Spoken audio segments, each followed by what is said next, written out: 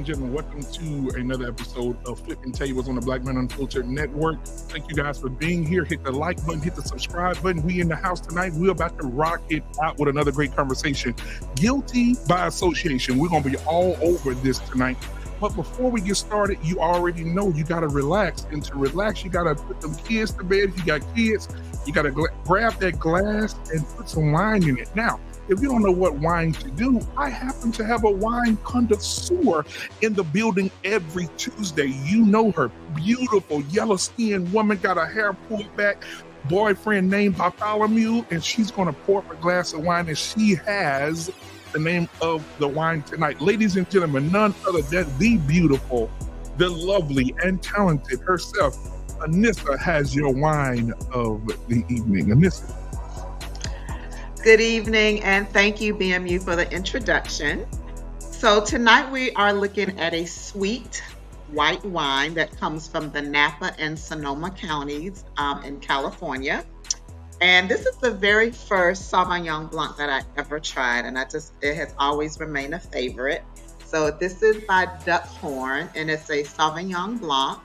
It is 82% Sauvignon Blanc grapes and 18% Semillon grapes. And Semillon grapes are, if those of us that are from the South, we remember the bullets or muscadine grapes, which has a very, very distinct flavor. So that's what's in this Sauvignon Blanc. It has taste of lemon, melon, passion fruit, and pineapple. And when I think of this, I think of something very easy to drink. This is something you can have just sitting around the house, at the beach, just very casual. But when I think of it, I think of something very delicate and very elegant to drink. So this is by Duckhorn, Sauvignon Blanc, and one of my favorites that I have all the time. I don't know if you can see the bottle really good. Turning it the wrong way, yeah. So that's tonight's selection. This is a great white for the summer. All right. Cheers. Man. You see the beautiful Duckhorn. All right, the beautiful Anissa holding the Duckhorn wine. Guys, go out and get you a bottle of that. Now, listen, Anissa is single. I know she's dating, but she's single until married. Guys, if you're looking for a great wife to add to your life that won't chase you around the house with a knife, give it up for my girl. Anissa is in the building. Ladies and gentlemen, thank you so much. Thank you. All right, ladies and gentlemen, we're about to start our show. I'm so glad that you guys are here. Make sure you hit the like button, hit the subscribe button. This is Flipping Tables every Tuesday night. I got some surprises for you guys. We're going to add some new faces in this place. I'm excited. I just can't hide it. I'm honeymoon happy and peacock proud to have everybody here tonight in the chat, in the back. We're about to do it again tonight. I'm glad you guys are here. Let's go ahead and start our show. This is Flipping Tables.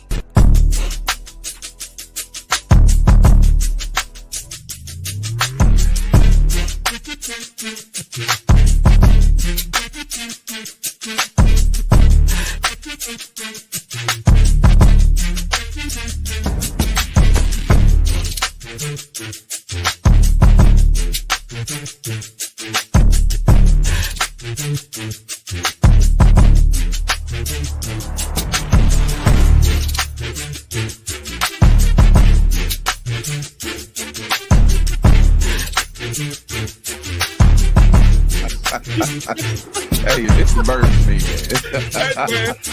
You can hear when the boy popped his lips, man. Yes.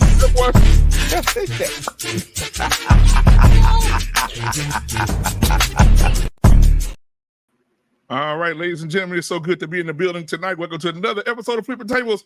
It's your boy BMU in the building with my brother from another mother. Come on, give it up for Lost in Translation in this building tonight. Yes, indeed. How are you, sir? Yeah, man, I'm doing good. Ladies and gentlemen, if you don't know this man, he's the velvet voice of YouTube. So you got to respect the man, okay? All right? The man set the mood backstage before we started. And so, but we got to check your mental health today, Lost in Translation, my brother. How are you today, and how was your day? You know what? I am well rested, man. You know what I'm saying? Today was a good day, a productive day. I got a chance to spend some time ghost watching some of our favorite content creators. They just don't know it, man, but I'll be watching y'all, man. Y'all be holding it down, doing y'all thing. And I appreciate y'all doing what you do, man. This thing ain't easy, man. It ain't easy by a long stretch. So I respect those content creators that put in the work on a daily basis, man. Absolutely, man. I want to thank everybody also for what they do for this channel. We had some huge shows on Friday. We at Barbershop. Man, we had 400, 500 viewers, almost 400 viewers viewing that episode. It was an amazing show. It needs to be cut up some more because I've already put 2 out. I need to cut some more and put some more out, man. But those conversations were heated. They were good though. And then we followed it up on Monday. Man, come on. This network, guys, if you don't know, we're on 7 days a week. All right. We got a show for every day of the week except Thursday. And God is blessing me with some ideas for Thursday. So stay tuned for that. However, man, we had a great show on Monday. Mr. Boomer had a great conversation. Right after Mr. Boomer came up, we had the lovely, my sister from another Mr. Embrace the Grace had a wonderful Monday mayhem on last night. And tonight we're about to cook again. So thank you guys for being here. Hit the like button, subscribe button. If you want to donate to the channel, you know how to do it. You can give a super chat at the bottom of the channel. You'll see it. You can donate there, or you can give as you're scrolling at the bottom of the screen to the Cash App right there. All right, guys, we're going to go ahead and bring up some people. Lost in translation, I got a question for you. How excited are you for the Tonight Show, brother? Listen, I could not wait, man. Once I got a chance to see who was backstage, I was like, oh, man, this is going to be good. And we had an opportunity to entertain. You know what I'm saying? How we get down. I need just folks don't understand how Gen X get down, man. We get down. You know, I mean, millennials are amazing. So listen, yes. I just want to start bringing them up. I really do. And you know what? I'm going to be courteous tonight. Even though I'm so excited, I want you to bring up the first person. All right, who you got? You got for us tonight? Let's bring the ladies up first. You know what? Let's start with some law and order, man. You know what I'm saying? Let's start with the judge. Ladies and gentlemen, put your hands together for the one and only Judge Virtuous in the building. Yes, ladies. All right. Thank you. What's up? Now you pick the judge. Okay. Now I have to bring up somebody. Okay. And I want to bring up Mrs. Israel is in the building tonight. Ladies and gentlemen, the first time on the panel here at Black Men Unfiltered Network, welcoming her to our lovely family over here. Miss Israel is in the building tonight. Put your hands together. Thank you. Hold on. Give me something here. What you got? You know what? I'm going to bring up somebody else, man, that's been here for a while. Mm-hmm. Our wine connoisseur of the evening. Oh. Ladies and gentlemen, put your hands together for the one and only Miss Anissa in the building. Yay. Hi, everybody. Hi. I see what we're doing. It's great to have faces that to the names that I see in the chat. So nice meeting both of you ladies. Nice meeting you too. I want to say something. You want to start with the A's. You want to bring up the A's. Okay, so you brought up Anissa. How about I bring up Alicia? Alicia, come on up to the stage tonight. How is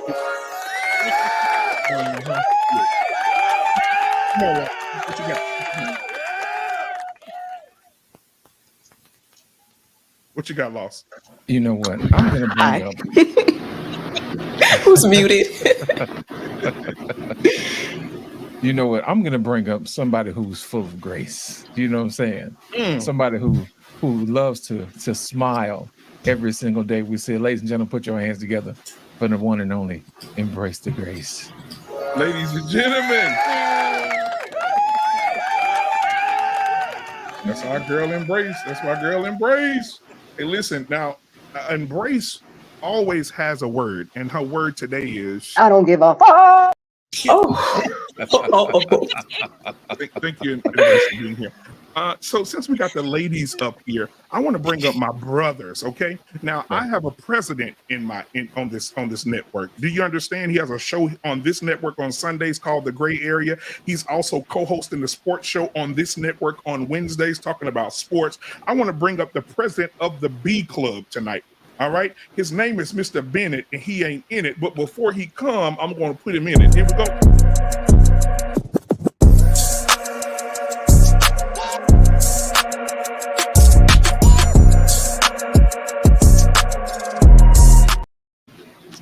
Mr. Bennett is in the Good evening, everyone. How's everyone doing tonight?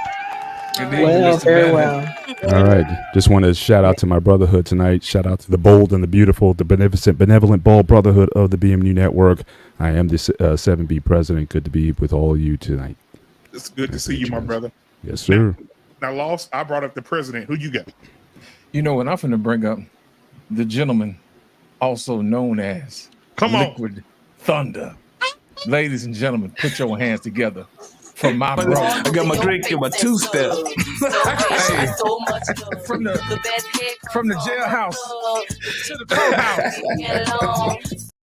Ladies and gentlemen, put your hands together for the one and only JT from the What We Know podcast. Yes, sir. Oh, man. Listen, you brought up JT. Ladies, I know y'all like strippers because y'all just like them. I have a guy who used to be a stripper. He still is. He came out of retirement. He does bar mitzvahs, baptisms, wakes. If you need him, he's there. He's known as the Continent. All right. We're going to put our hands together for the one and the only. It ain't a thing if you can handle the pain. Our pain is in the building tonight. All right.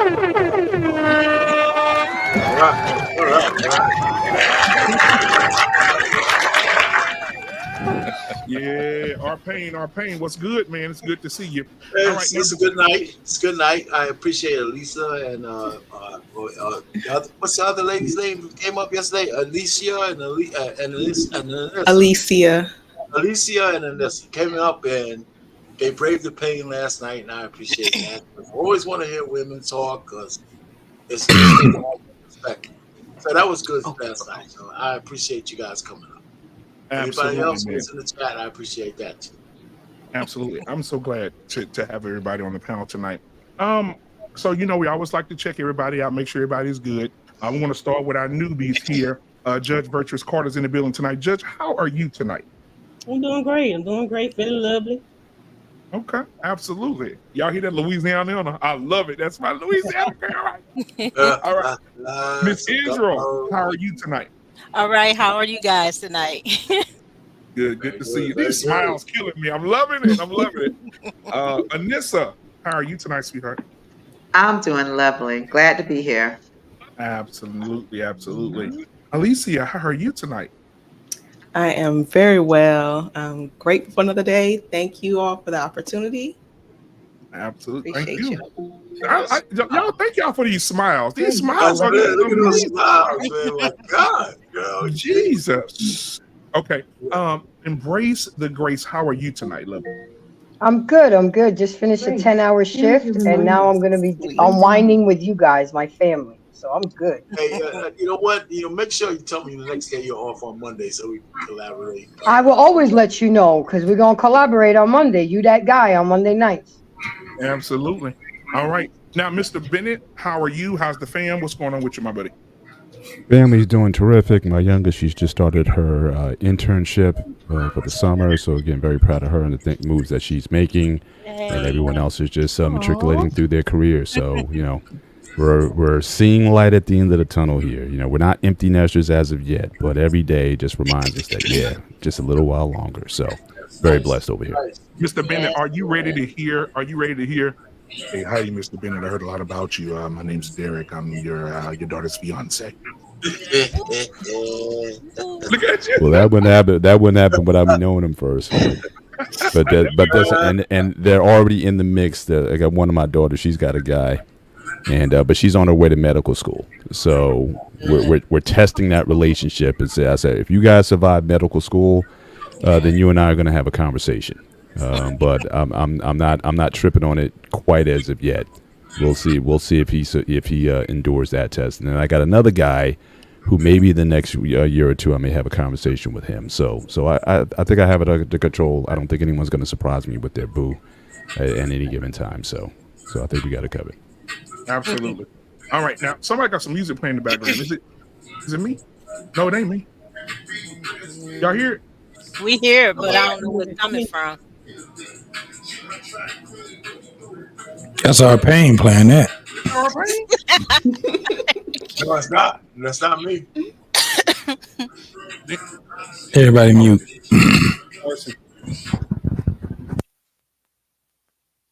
Okay, I'm gonna unmute everybody one at a time. Let's see. It ain't me, so let's see.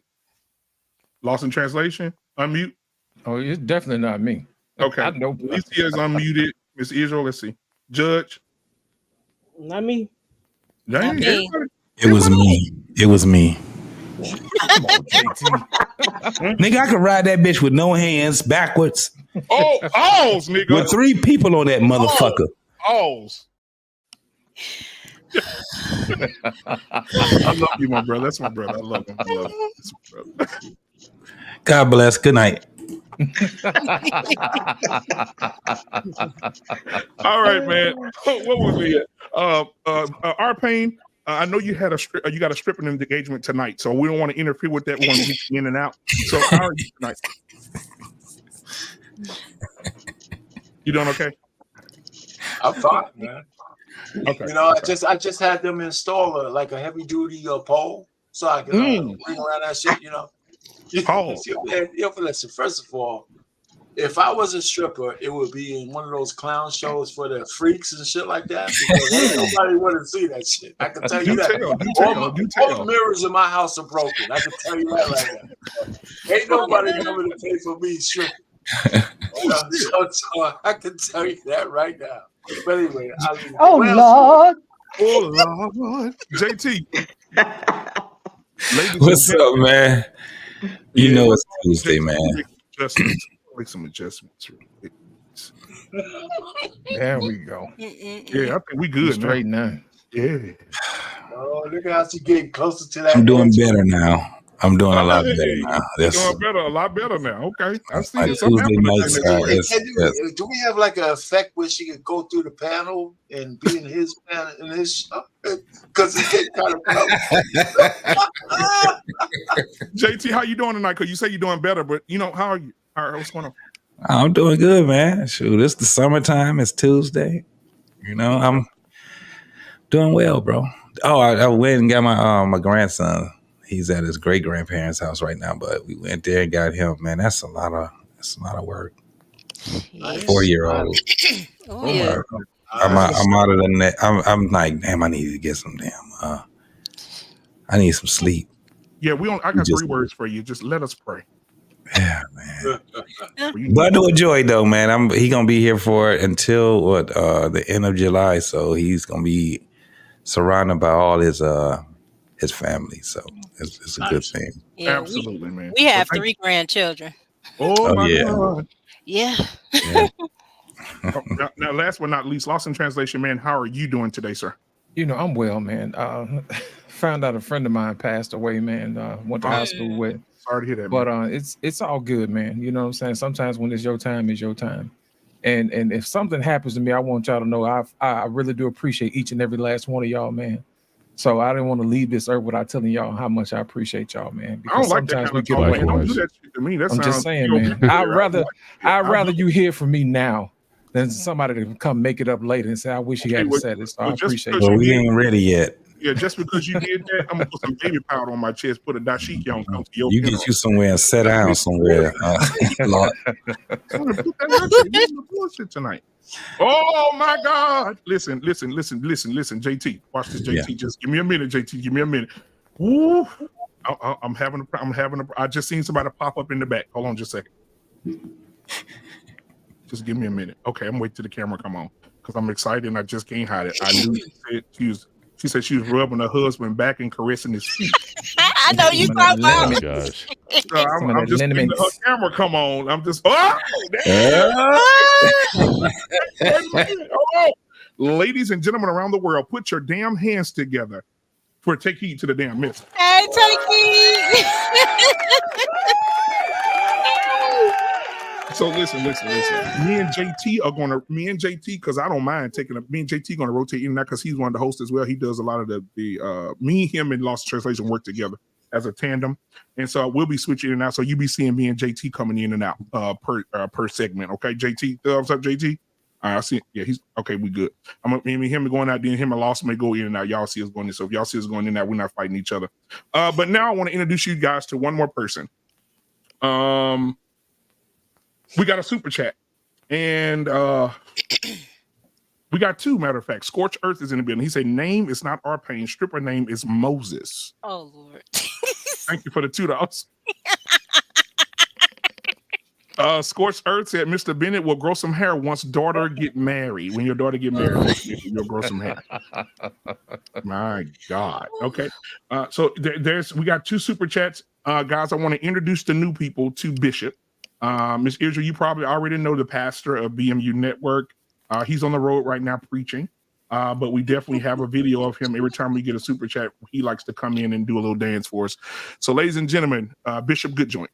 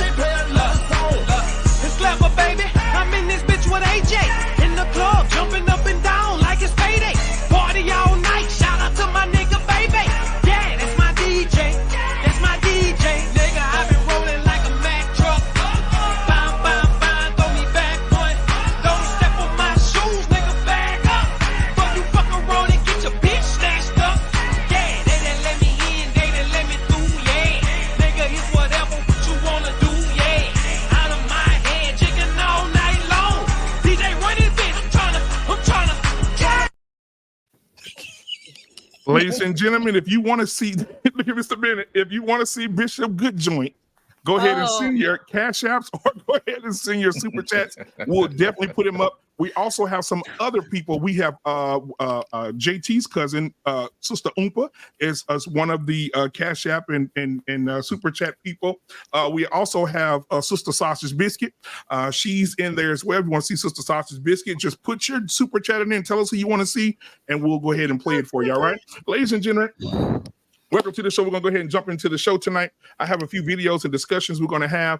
I want to start out with this one because Anissa has this thing that she does where she sends me stuff that makes me think while I'm at work, and it stops me from working because I can't focus. But Anissa, thank you so much for this video because I want to discuss it. This young man, this is a serious matter. This man is telling us how us as Black men and women, when we don't work together as a tandem, as a team, how it affects us financially, how it affects us in the culture that we're in, how it affects us in legacy. And it's heartbreaking to hear what he has to say. And I wanted you guys to hear what he said as well. It is very heartbreaking. Here we go. Median household income is $124,000 a year. What is the marriage rate in the East Indian culture? 94%. Chinese Asian household income, that's $109,000 a year. What is the marriage rate in the Chinese Asian culture? 61%. White people are number 3 at $81,000 a year, and the marriage rate in the white household today is 57%.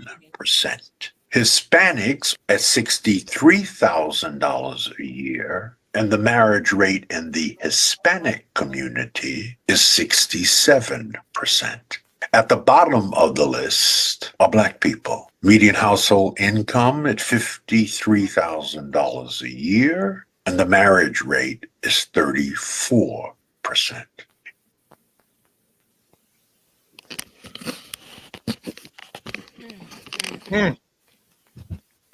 My Lord. Wow. We'll start with I guess I'll start with Alicia. Alicia, what are your thoughts? Hi, thank you. That's interesting to view it from that perspective, with the facts and statistics. It's a real wake-up call, because it hurts all of us, single or married, as a culture. I mean, I'm a little. I guess I'm a little shocked.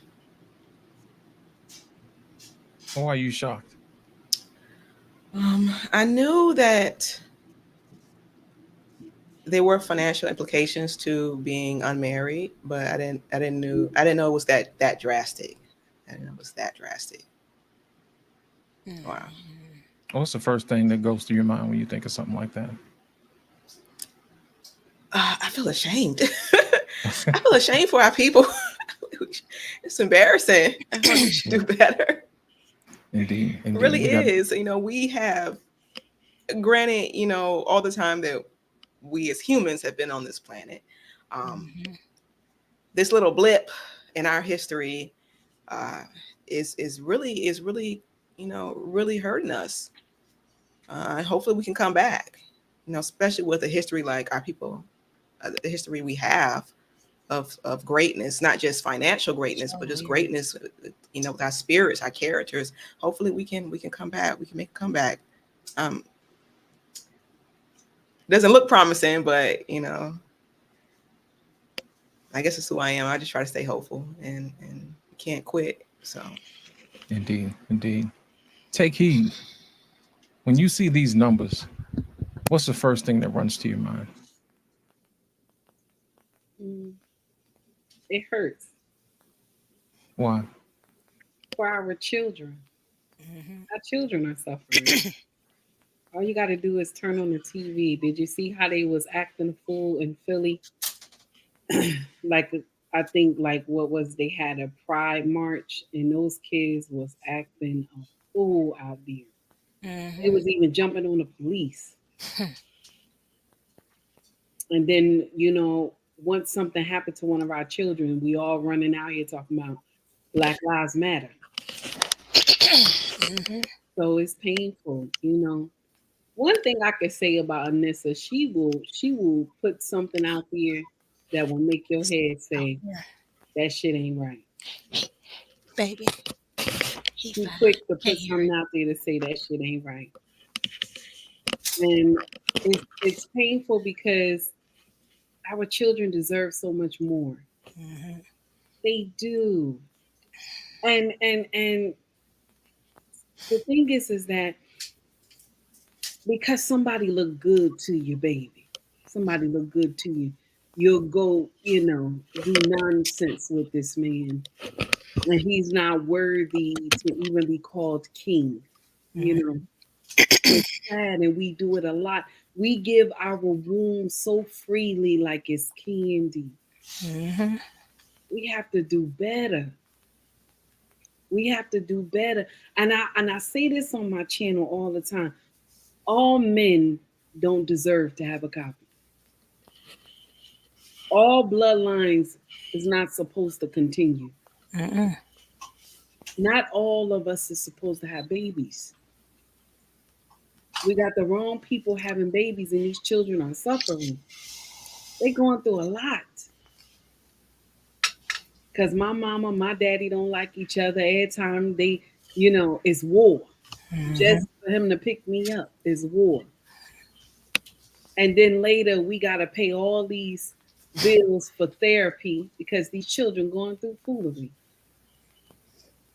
Now, don't get me wrong. Even in a good household, your child has to go to therapy too. Let's not get that twisted. Your child still got to go to therapy too. Because there might be some things that mama and daddy you went through. And so you trying your best to raise your children, but some of the stuff that you learn get passed down to them. Let's not get it twisted. But the family that understand the assignment and know that Valerie is at the helm, those families, they surpass the single families. They surpass the single mother families. And only why I can talk like this is because I was a single mother too, and it was hard. Anybody would tell me that being a single mother is easy, they need their ass too. That's the hardest job in the world. And I'm going to share something with you. We put ourselves there. We put ourselves there because this brother looked good to you, baby. He looked good to you. And the children are just suffering just because this man looked good to you. If you would have took more time to open up the book of this man, you would have found out that something is wrong. And I'm done. I'm finished running my mouth. Thank you, Takey. Judge, you saw the numbers. What's on your mind? It's a lot.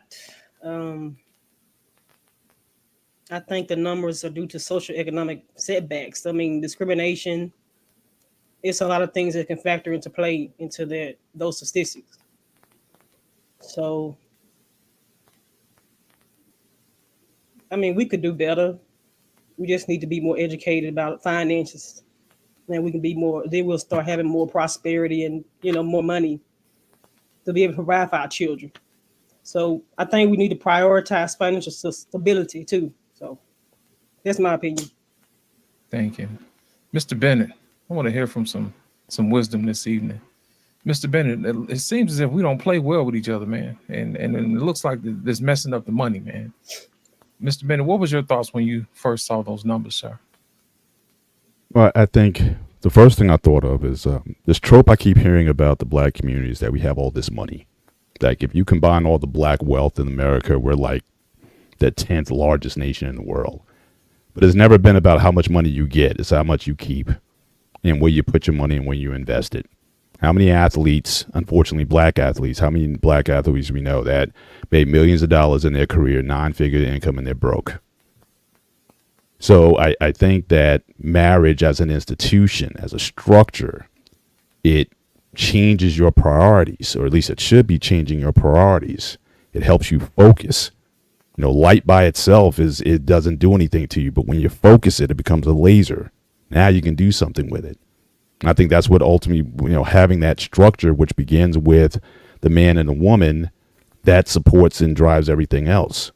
So I think we need to start thinking about not only money differently, but also marriage differently. And I've been a proponent of how we talk about marriage from a business proposal.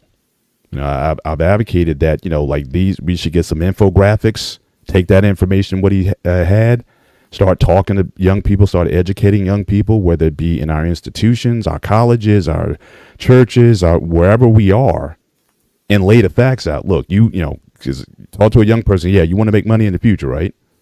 So then put those numbers up there and say, look, your path to financial success is greatly going to be enhanced if you are married. And so at least to change the conversation, will everybody buy it? No, of course not. But I think how we look at marriage, if you don't want to look at it from a spiritual perspective or a biblical perspective or anything else, look at it in terms of raw dollars. But I think that has to be added to the conversation. But for some reason, nobody wants to put it in such direct and stark terms. And just from the reactions of some of the people who, like first time they're seeing it. But it makes sense. And I made the case for the group that was up before us. I mean, the Latinos, they may not be perfect, but they seem to have a model. They have group economics. Like I said, I got a house on the corner here. The house is about as big as mine. But you got 4 or 5 families in rotation in that house at any given time. They live there, they save up, they start their businesses or whatever. Then they move out and get their own thing going. But there's a group, those homes are multi-generational. But for us, it's like, we can't do that. Or we're so far removed from any kind of group economic thinking, starting with our own families. I'm not saying you got to, marry the neighborhood, but can you at least do it within your own? Start with the man and the woman, then start with the kids, and see what you guys can do together. So yeah, I think it's a good piece of information that I hope that we can leverage and start talking to our young people, especially the Gen Zers and the generations coming after that, saying, look, I don't want to get married. Marriage is not for me. But if they care about income, getting the bag, then that can be again a powerful message, in addition to the other stuff, the other benefits for those of us who are married that you can get from it. But yeah, when you talk about just bottom line, that's a bottom line statistic that I think could be useful in the conversation. Indeed. Grace, your take. The first word and thought that came to me, and this is coming from supposedly a non-Black woman, it's very disheartening. It was very disheartening because Black people were the first people on this earth. They're superior mentally, physically, spiritually. And to see the numbers indicate that we're at the bottom, It's disheartening. What does my son have to look forward to? What do I have to look forward to when he tries to find a wife? It's very sad, and this is why I do what I do. Whether people think I'm not black enough or too white, I'm gonna do what I got to do to make a difference in this world. And I digress. My mic is muted. Thank you, Miss Israel. Unmute your mic. I had to zap you a minute ago. I know. To me, it starts with the nuclear family. The downfall of our demise, period, is because of these. I'm not even gonna say I'm sorry. The way these women are alienating their fathers from these children. That's where it started at. When you take the father out of the home, how can you grow economically? You won't be able to do it. So it's basically, it starts from there. Everybody's saying something about financial wealth or generational wealth, but you cannot have generational wealth without the nuclear family. The father have to be there first and foremost, so he can be able to lead the mother lead the children, and you'll be able to grow companies and have everything you need to have. If you don't have that, sorry, we're not going to grow generationally at all. Let me ask you a follow-up question. Why is the father in the home so important? Why do you think that? I had a father in the home. I grew up with both my parents. I was fortunate enough to have my great-grandfather, grandfather, father, uncles. I grew up with all men. So basically, they taught me a lot of things. I learned by sitting back, watching how their lives was. Every man in the family had a different dynamic. All of them were married.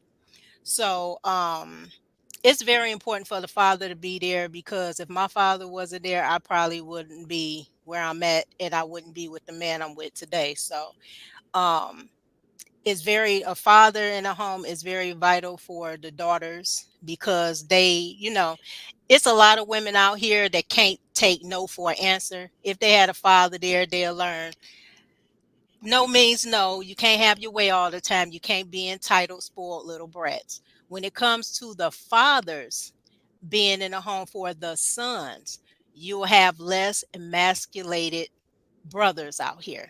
A lot of women is complaining about these men, talking about some they not this, they not that. But I'm sorry, baby, you looking at the wrong person. Talking about the father, you look at the mothers, because if the mothers didn't alienate the fathers from the home in the first place, maybe there'll be men instead of males.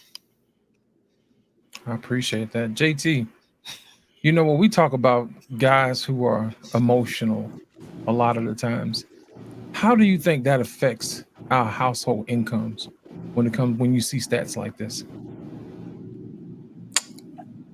Well, it affects it tremendously, first and foremost, because when it comes down to you leading with your emotions and things like that, a lot of times it's going to be you're leading with anger, disparity. You're not really thinking, and a lot of that comes from and anxiety and things like that. But a lot of it comes from being competent, right? Being competent in life.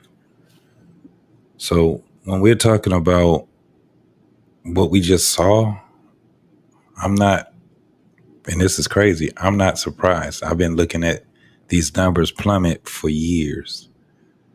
And now we see what what we've been talking about for a very long time. But what it seems to me in a Black community, when we give facts and stats, we get a lot of pushback from a lot of Black folks. It's not really that. It's not that bad. It's because of this. It's because of that. And, all it does is it coddles our less than mediocrity, right? It coddles that. So what's happening right now is that we're just showing that we're not competent enough when it comes down to life as our counterparts, as the rest of the world. And we have a lot of reasons why that could be, but we have more reasons why it shouldn't be than we have why it could be. We've been here for a very long time. We have a lot of people that will talk about being competent, but are they actually putting it to use? Do you see people being competent when it comes down to learning how to live with one another, man and women? Redefining what they think a marriage is, redefining what they think a family actually is. Do we see these things actually happening with our people? No, we have a bunch of people that makes a lot of excuses. This is not even about YouTube. This is in real time with family members that we know. All you have to do is go to family functions. Look how small your family functions are. And the ones that do come, look at how they're living life. Kids all over the place. Nobody's together as a group.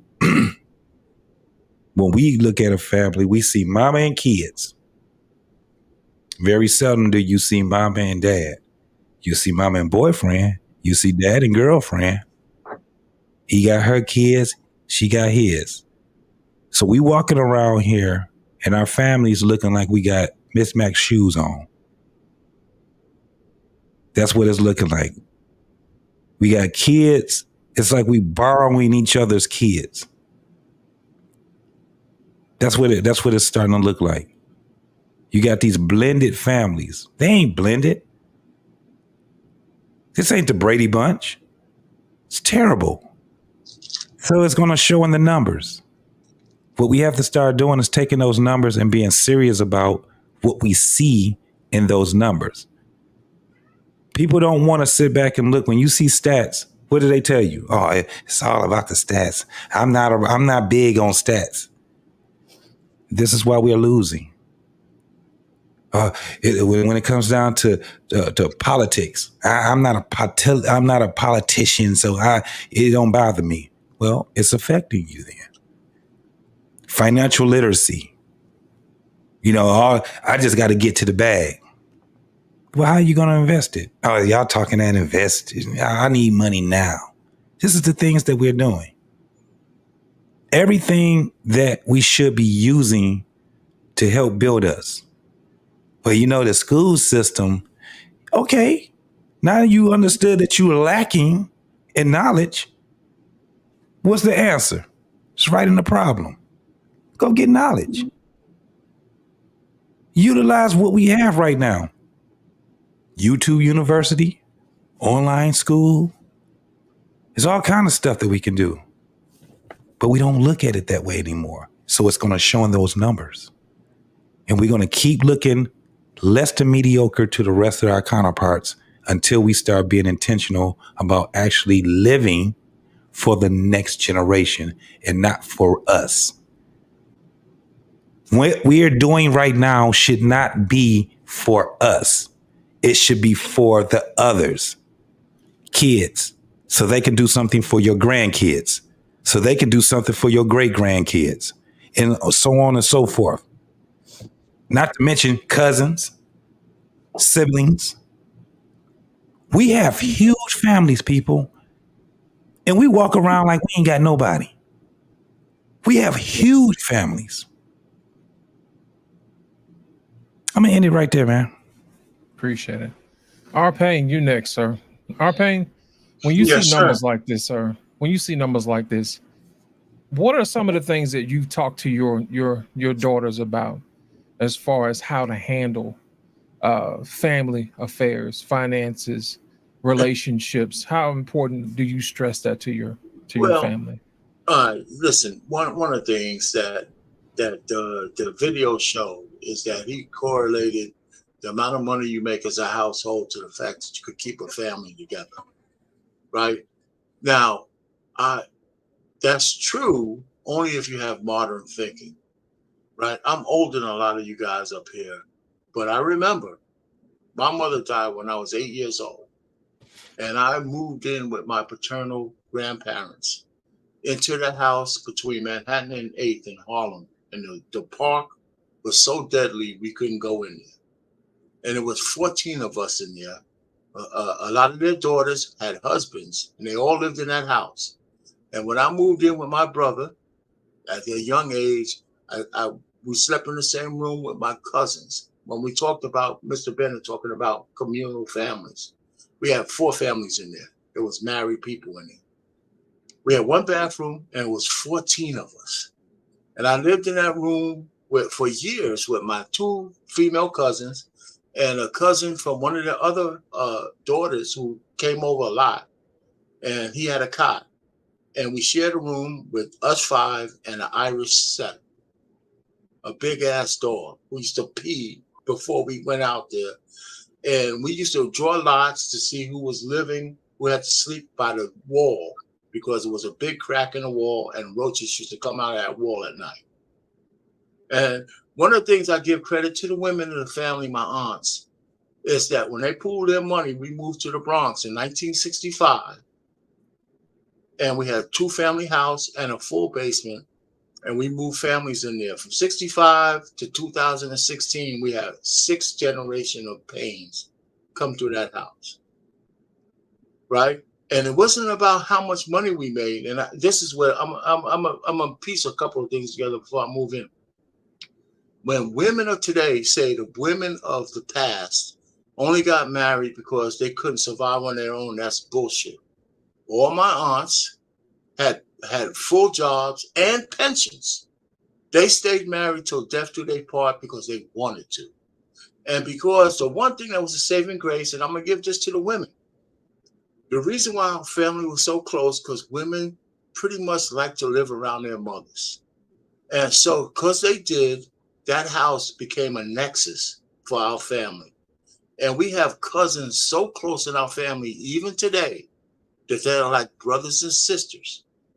Even though we're all around the United States, I went to Canada. I went to Hawaii to go to my cousin's wedding because she was marrying a guy from Cameroon and she was living in Germany.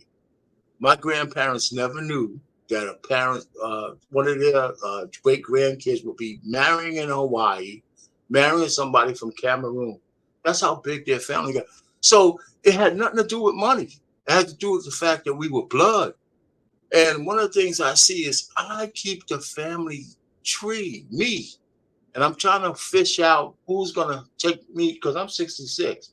I want one of my younger cousins or whoever it is to take this shit from me, because I have a history on my father's side, for my paternal grandparents' side, since the greatest generation until now. And since so many of us are still alive, I have 100% accountability from those two people. There's 250 of us.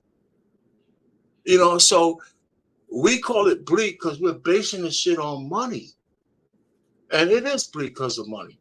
But we keep discounting the programming that they had to do to break us up as a family. The programming from the government, the programming that breaks us up. There's no reason in the world, after all this shit we've been through, that men and women in the Black community should hate each other the way we do. That shit's crazy. It's crazy. And it seems like we can't get past it. And I don't know what to do. You know, and you know, and I come on these panels, I was a novice, and I said a lot of dumb shit, going to this place and that place. The gender war is part of the enemy's plan, and we fucking lived through it. And I don't know what to do. You know, me and my wife, we've been married for 36 years, going to 37. Thank God that I met her. And thank God, no, not just that I met her. Thank God God gave me the ability to recognize her when I saw her. And that's one of the problems. When I saw her, I said, this is it, man. Where else am I got to look for? And we were engaged in 5 months. You know, it had nothing to do with money. You know, so, you know, this also, hold on. I want to add something. Thank God for her patience, her diligence, her mindset, her sanity to deal with your Black ass. No doubt. No for over 30 fucking years. That is, I can't deal with you for 2 hours on a panel. She I'm dealt gonna with you let it. for years I'm gonna up let it. close. You're right, I just, though. You're know. right. That's to say, yo, Oh wait, my that's a God. don't take me down that list. You black, BMU, don't take me down there. You know why? Because as a man, I told all the women here, and I told men this way: I burn every credits I get, and I tell men that if you don't understand that you need to replenish that account with your woman, you're an asshole. I burn them. You get. I burn them all. And then, are you out of your fucking mind? Are you crazy? I replenish them, man. My wife caters to me. I have to admit it, But I'm a good guy, and any woman would be happy to have a guy like me. I can tell you that right now. No. She's a good woman. Yeah, she's a good woman. And Okay, anyway, yeah, she's a that's great right woman. there. I'm Okay, a great you guy. ain't shit. You ain't shit. Well, that's all right. She's a good Well, woman. even so, Okay, I just want. you what? Why? You know what? I was on the roll, and you fucking me up, man. Shut up. Sorry, go ahead. No, I'm gonna land it there. But all I'm just trying to say, yeah, money's a factor, but it's only a great factor because everybody tells us. That doesn't mean you can't overcome just because you put your money together and you won't make a lot of money. The fact that that's the leading thing that guy said is because he's not adding all the context. Because if me and you together, me and the woman, and all we can muster is 40 grand a year, and we're together, we can still bust a move. All right. Appreciate it, our pain. And the lady who brought the topic up, I hated to make her wait to the end, but this was your baby. So now I'm going to ask you, what made you bring us this information? Because the fellas, we kick this number around all the time. And I was just shocked when Black Mountain Filter told me that you brought it to us. So when you found it, what did you think, Anissa? Sorry, excuse me. Actually, I was not thinking that it would be a topic. I just saw it somewhere and I was like, this is pretty interesting. And I had also seen something very similar broken down somewhere else on the internet, on Instagram or something. So I just thought it was very interesting. But my feelings about it are this. We're better than this, is what I think about it. We are better than this. We are a smart, capable, talented group of people. Everything that we apply ourselves to, we excel at and we dominate. And why we cannot master or get a hold or handle on this area is really kind of baffling to me. One of the things that I notice when you look at the other communities, the East Indian and the Chinese and the other groups, I think of family, I think of discipline, and I think of education. And we got to get back just to the basics of family, discipline, and education. That's what all of those other cultures, they're big on those things. They're heavy on those things. So imagine if you come together and you put everything in one pot and you develop a plan. You develop a plan to pay yourself first. You develop a plan how much you're going to invest. You develop a plan of paying your bills.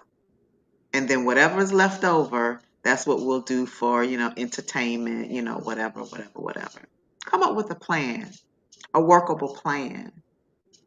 Imagine what we could do if we don't have all of our money going out to different households because we got kids over here and kids over here and a child over here. Imagine if everybody's just in one house instead of the stuff that we have going on today. Imagine if you just seek knowledge. We don't know it all. But there are so many people out there that are willing to give you the information. There's a successful man out there with a successful family that any young man can go to and say, can you help me? Can you show me how you built this? How you did this? And that's one thing that I see in our community. and I don't know why it is, but are we really willing to help each other? Like if you get put on to something and you learn how to do something and you learn how to manage it well, and are you willing to share it with somebody? Like, yo, this is what we did. This is what I did to make some money. Other groups, they do that. We don't do that as much. And we got to get out of that. We got to care about each other enough and love each other just as our own people, where we want to see us do better. Because white people do that. They put each other on. Jewish people, they do that. They put each other on. So we got to be willing to share the knowledge that we have. We got to be willing to give it to each other and share it with one another. Can I ask you a question? And I don't care. Yeah, I want to just finish this last thing. Okay. And I don't care what anybody says. Money is important. You can't do anything without money. I don't see how you can have a family and don't have any money.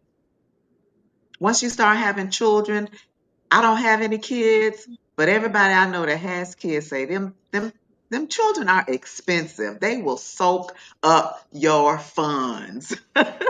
So you need to be prepared and have a plan before you start having these kids. Because once you start having them and you ain't ready, you're going to be already behind the 8 ball. So I think we got to come up with a better plan for our families. We got to push marrying the right people, have a plan, have a purpose, stick to it, have discipline. It might be delayed gratification, but that's okay. Don't have children till you're ready to have children. Until you can take care of your kids, until you can afford to take care of children. And ask questions. Go to somebody. Go to that guy that's successful. Go to that businessman. Stop somebody. Can you, I see you're successful. Who's your financial advisor? There's nothing wrong with asking to learn. You can go take a class in finance. Just a simple one-on-one. But we're better than this. And for one, I think we should be tired of being at the bottom. And that's what I have to say. But I really just sent it to BMU just like I just thought it was interesting. So yeah. Let me ask you a question. Can I answer a question? Go ahead, Arpain, to follow this question. Listen, you know what? Everything you just said is okay, but and I don't have any argument with what you just said. But how much is enough to get started? Right? Because nature is going to take care of itself no matter what we say about dollars and cents. So if I get two people who have promised but don't have the money, but they actually had sex and had a kid, but they want to be together. So what do you do? You could build when you have two people gathered to do something big, and you might start from the bottom, but you don't have to stay there. It's a mindset, right? So when we start having arbitrary limits to when people get together, that's just not natural.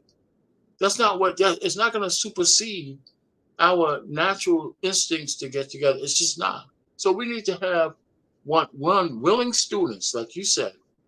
One of the reasons that holds us back is we don't have enough willing students to have that saying that when the student's ready, the teachers will appear. The problem is that we have too many hard-headed people in our community, and they're not willing to accept the information.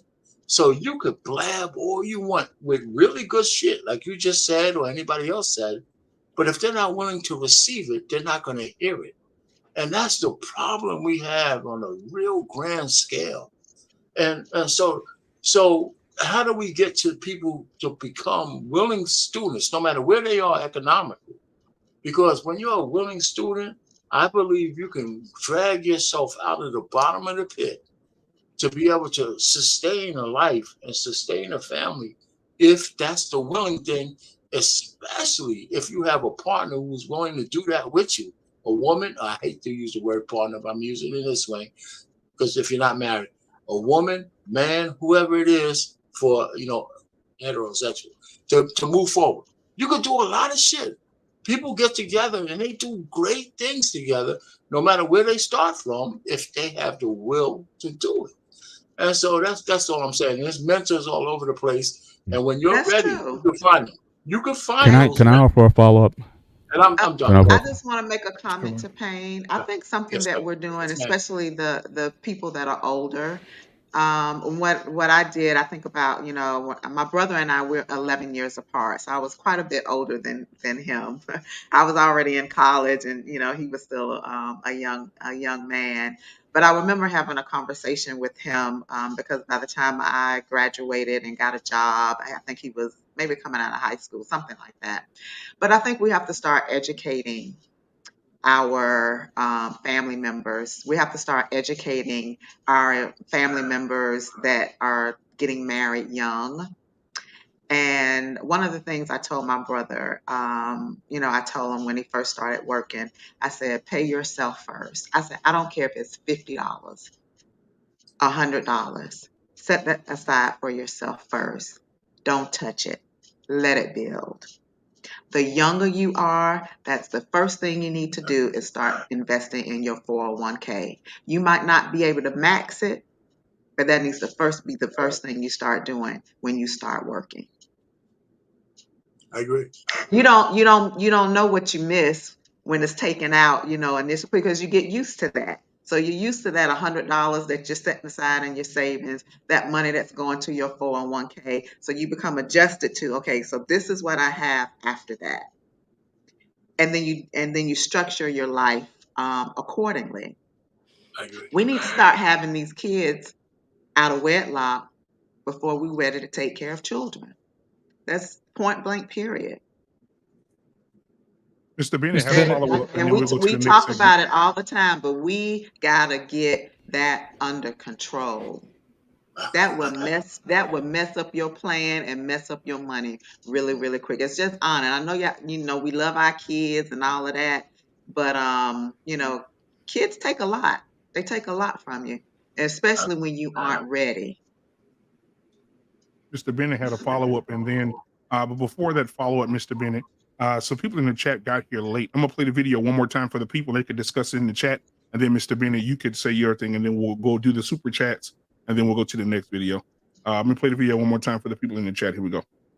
Indian median household income is $124,000 a year. What is the marriage rate in the East Indian culture? 94%. Chinese Asian household income, that's $109,000 a year. What is the marriage rate in the Chinese Asian culture? 61%. White people are number 3 at $81,000 a year, and the marriage rate in the white household today is 57%. Hispanics at $63,000 a year, and the marriage rate in the Hispanic community is 67%. At the bottom of the list are Black people. Median household income at $53,000 a year, and the marriage rate is 34%. All right, Mr. Bennett, your follow-up? Yeah. The only caveat I may want to add to those statistics or the issues that we're talking about is that this might be more so a uniquely American problem or a developed nation's problem. Because again, I have friends and I know people in those communities fairly intimately. And for a lot of those communities, they came over as immigrants. I mean, Indians started coming here like in the mid 80s, a lot of the Asians started to come, they've been here for a minute, but for the ones who are of immigrant descent, I think those numbers hold up. But when you talk about their children, they do not, especially if they grew up in the United States, they oftentimes do not carry those same values. Maybe some of the cultural stuff, the celebrations, the holidays and whatnot. But I know a lot of these Asian Indian kids who are essentially my kids' ages, they're not looking to get married anytime soon. And they're definitely not looking to have a lot of kids either. And that's another thing. When you talk about developed nations, it seems to be, and again, I don't know have the statistics, but it seems to be just from some of these numbers that we're hearing, the more developed the nation becomes, the fewer children that they have. Whereas in these poor, these third world countries, those are the ones that are having kids. And they say you can't afford them, but most of the kids are being born there. But the more developed the nation gets, you get your 1.2 kids or whatever. And that just seems to be, when you're living in these modern societies, it just seems like people just have fewer kids. That's why you have these countries around the world that are having population shrinkages. And they're saying that, hey, we need to start encouraging marriage or having kids. I mean, China lifted their one-child policy. That wrecked China. And now they're getting back to a 2-kid and maybe up to a 3-kid policy, trying to repopulate themselves. So I don't know if necessarily the economics per se is necessarily going to drive a lot of the, to my earlier point, I don't know if that's necessarily going to drive folks to have more kids, but it just seems like certainly in this country, the children of immigrants that I know, they're not in a rush at all. And I've shared the story about I went to a party for a Sierra Leone community, and none of those girls are looking to get married within the next 5 years. They're all going to be 30 plus before they even start thinking about it. So I think there might be just something about American culture or the values that these communities may have come from initially. It may hold them for a generation or two, but then after that, once they truly become Americanized, you may see a drop in those numbers, those household incomes, because as long as they want to adopt American culture, that might be what ultimately sinks and reduces those numbers down. If you want to make the corollary that being married allows you to make more money. But if you're not even interested in marriage, I don't know if those numbers are going to hold up over the long term. Yeah, someone just mentioned Japan. I mean, they're aging out, and they're one of the most high-tech, developed, advanced nations in the world. And they got thousands of years of culture, much older than the United States. So why is it in the last 100 years or whatever, everybody's just like, I'm just not, I just don't want that. So something else here might be going on here as well, but it just seems like it's a problem on a couple of different fronts. Culture, and it seems like advancement seems to be, putting family on the back burner, and people just chase after the money versus having a traditional families. All right. Thank you for that, Mr. Bennett. If I may, before we do the super chats, I think I need to say this because I think sometimes we overshoot the issue at hand. And I want to make sure we add some type of solution to this particular situation. Okay. Now, I'm not going to take a whole lot of time, but when you have a father in the home and he has sons, there are certain things that have to happen. There's the rites of passage. I'll give you an example. My dad told me as a man, you got to have yourself a toolbox. You got to have a way to make yourself some money. I'll tell you, the more I spent around my father, he showed us little things like how to do small electrical work. So that way you have to pay somebody to do it. That's a savings. He showed us how to do plumbing. You see what I'm saying? It's light plumbing. That's savings. You see what I'm saying? Also, when my grandfather, he used to build decks. We used to go with him. All the boys, cousins, we used to go with him. We used to have the blueprints, all of that stuff, cut it out. We had a deck built in a day. You see what I'm saying? Many hands make light work. And I think those are some of the smaller lessons that we miss out when the family stays together. You see what I'm saying? The longer the family stays together, the more information that they gain. You see what I'm saying?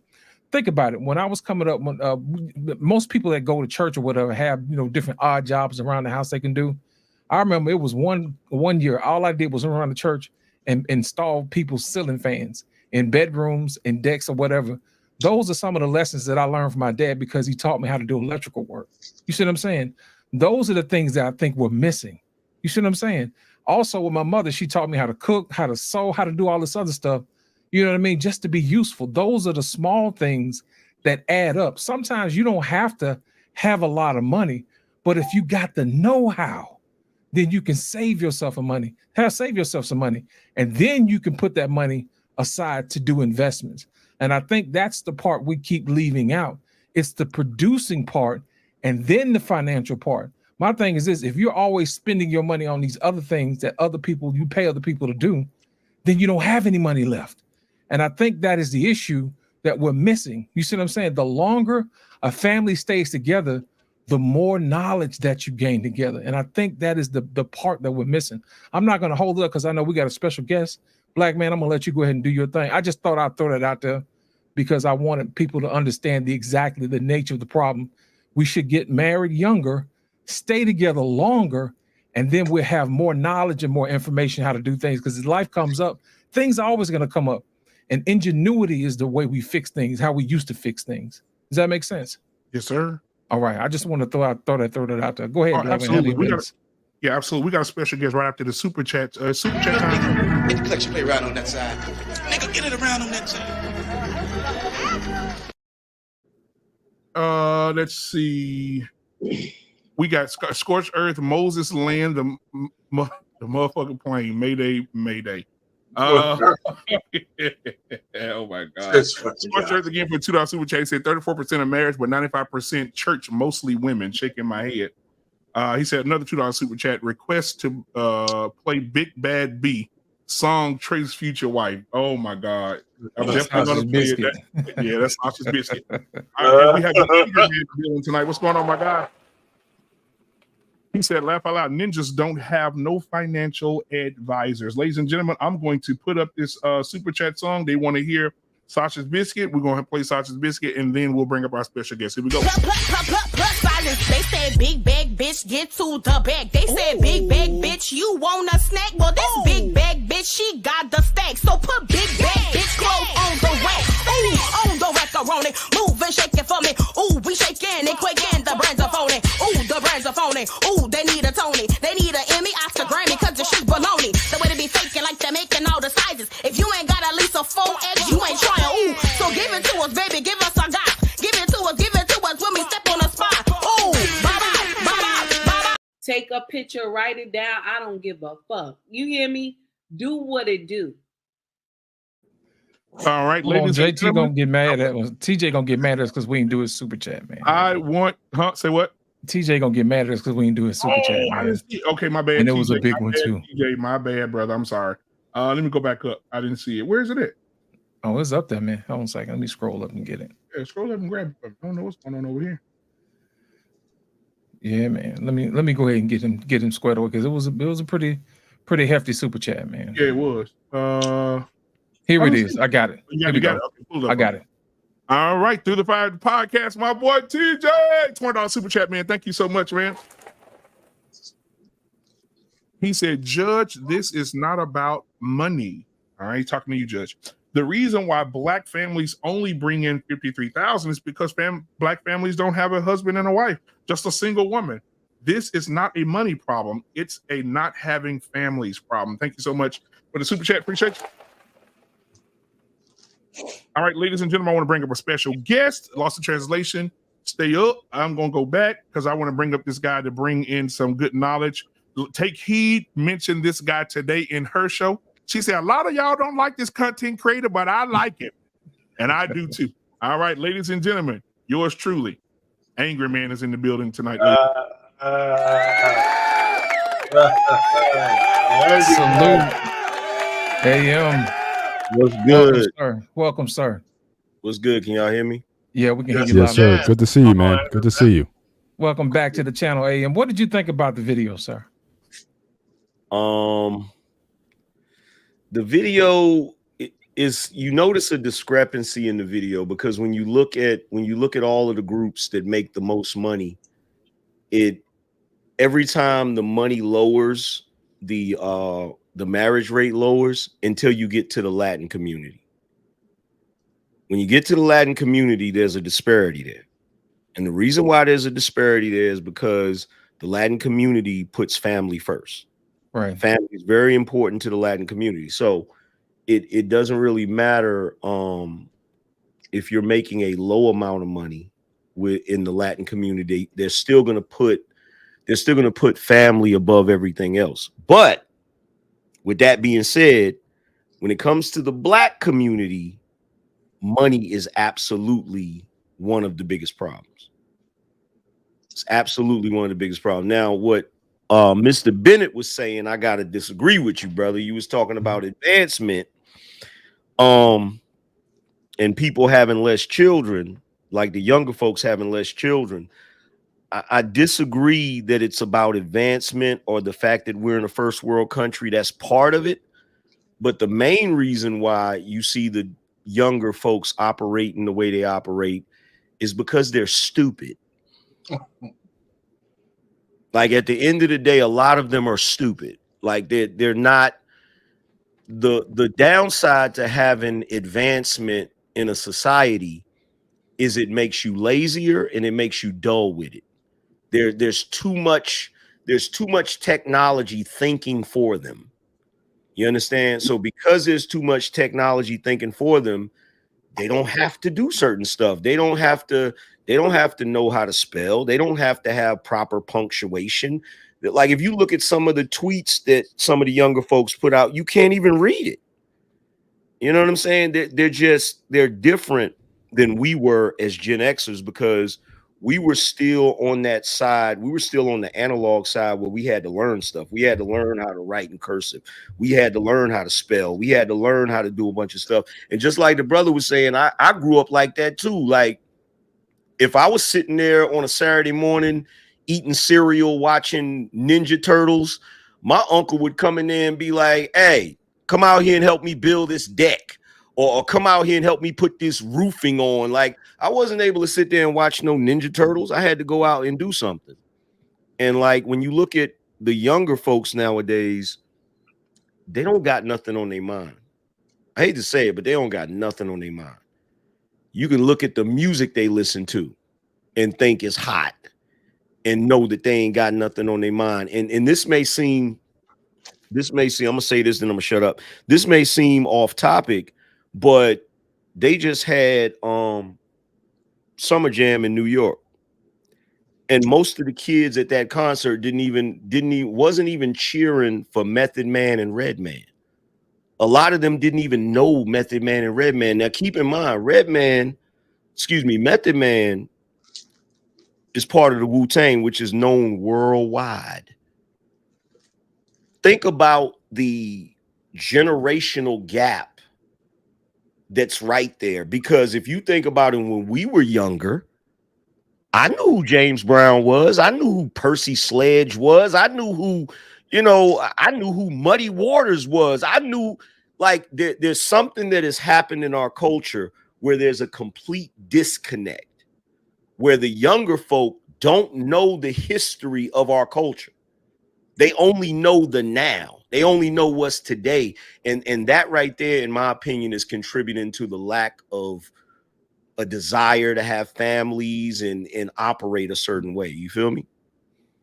Absolutely. So Angry Man, just as a follow-up, so where's your disagreement with me? I simply said that when you see advancing countries, developed nations, there seems to be a reduction in the number of children that are produced in those nations. So you could be talking about the cause. Why is that happening? What technology does to people? And I don't know if I would necessarily disagree with you there, but I'm still trying to find where's your disagreement with what I said. My disagreement is not in what you said. It's the cause. I was making the correlation between why they're not having children. I don't think it's because the society is advanced and developed. I think it's just a lack of the way the children are being brought up. I think it doesn't really have anything to do with the society advancing. That's where I disagree at. Okay. I may respectfully disagree with you, but I understand your perspective, though. But I get how you came to that conclusion, right? Because that's true in most countries where it's a first world country and you don't really have. You're no longer in the industrial age. It's not the industrial age. You're no longer in the agricultural age. Right, where you needed a lot of kids to work the farms or the factories and things of that nature. Yeah, I mean, certainly technology takes care of a lot of things for you, so you need less resources in order to produce or have, productivity. You let the robots and the computers do it. So I definitely, certainly I can agree with that. Facts, definitely. Let me ask y'all a question, man. Anytime somebody puts up numbers, I always think in the back of my mind, how can these numbers be funny? You see what I'm saying? Think about it. do we count single men as a household? I don't think they about do. I think Yeah, so. because if you, I want to say yes, but I can't verify that. But I would say The reason why I ask that is because in most Indian cultures, there's more than one person in the home. You see what I'm saying? You got a husband and a wife, and sometimes you may have the grandparents. Are they counting their money toward this $100 and some odd $1,000 as well? Just like they may be counting single men as making $53,000 on average, or if there's a mother who has kids and she's heading up this home and she's making 53, but it's just her and those kids. You see what I'm saying? That number is off anyway, because if what they're counting mostly is the single mother-led homes, the average wouldn't be 53,000. Exactly. Because the average for women is what, like, is it like 48 or 46, something like that? I think it's like 42. No, it's less. It's under 40. I thought it was under 40. Yeah, I think it's 42. I think men Like is like men are like 40, 45, yeah, men are 46. 42. Women were like in the upper 30s, I believe. Yeah, something like that. You I know, think like, women are 38. Women are 38. okay. Yeah. So yeah, you know, there's like, whenever, like, you know, I like to use numbers, but let's be honest, when it comes to black folk, they love to smudge the numbers to make us look worse than we actually are. Right. That's the reason why I asked, because most people don't think of a single black man as a household. So if you take him out of the equation, of course the numbers are going to look skewed. That's the reason why I asked, how did they arrive at that number? Because if you double it and you put them back together, then basically we're in the middle. But if you cut the money up and you divide it up, it makes it look bad. It makes it look worse than what we think it is. Would that be a fair assessment? It's crazy, because if you increase the marriage rate between, if they weren't separating us, if you increase the marriage rate and you added up the 53 and the other, you damn near at 100K. Do you think that would probably be a more honest number? Yeah. Well, aren't you adding, again, that 34% goes into that number, right? So if you're saying if the married people are making 100K, if anything, that's raising the number up to 53. It's not bringing it down.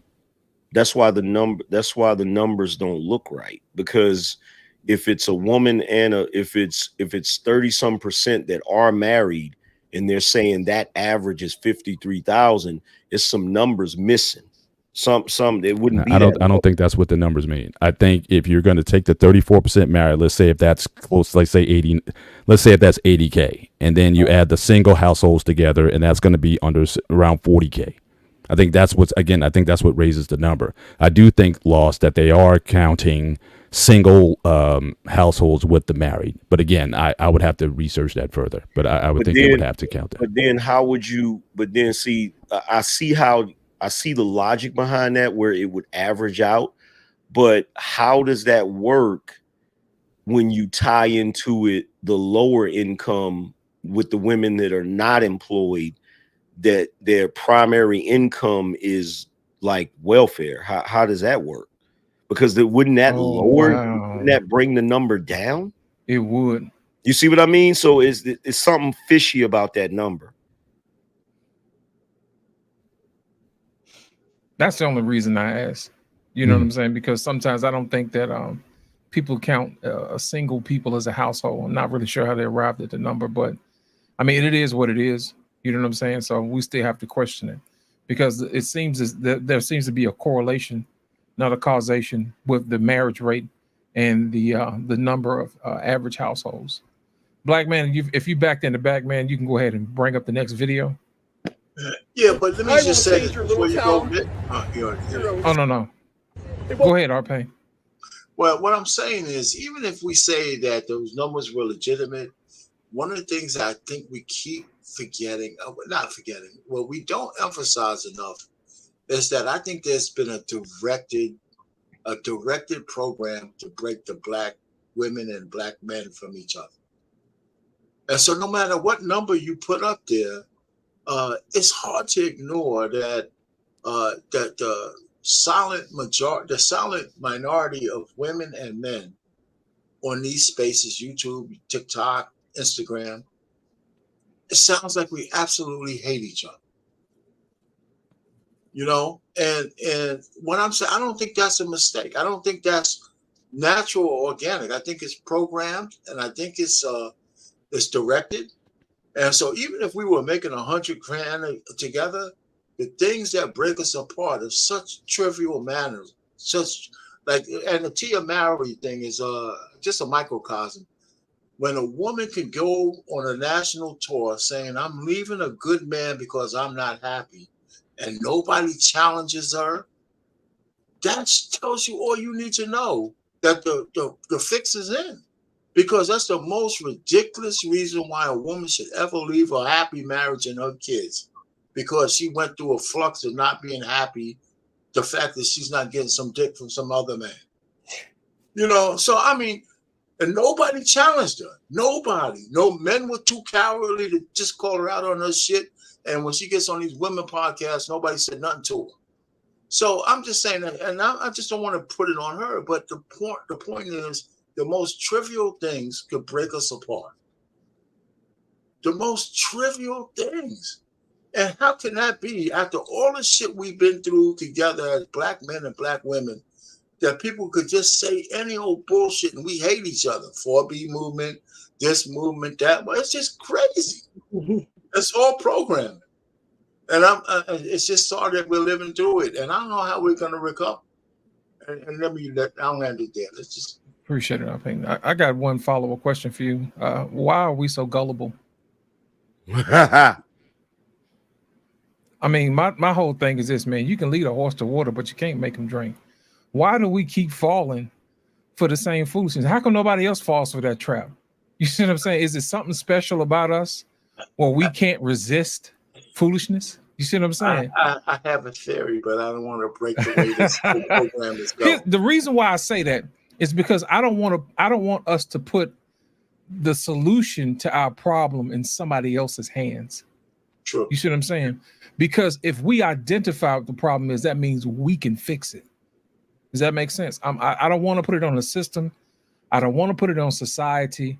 I want to put it on us. I want us to be able to look into the mirror and say, hey, are you doing what you're supposed to be doing? Don't talk to your neighbor.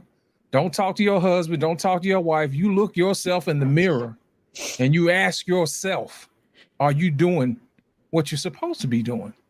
And I think if everybody does that, we wouldn't fall trapped to society and all these other influences that we have. We're better than that. You see what I'm saying? If nobody else is falling for that, then why should we? I think we do ourselves a disservice, you know, as a people, as an intelligent people, to keep using that as a crutch. That's all I'm saying. It's not nothing different about us. Every culture has dealt with certain types of things that they had to recover from, and it took time, right? Right. If you look at our culture is we're the most recent group to be enslaved and stripped of everything, right? Not to mention the fact that the brand of slavery that our forebears went through was different than any other form of slavery that ever happened. So you have a group of people that was stripped down to nothing. So you're basically being reset back to, you know, damn near like a caveman, for lack of a better phrase. You don't have a culture, you don't have your own language, you don't have a deity, you don't have anything.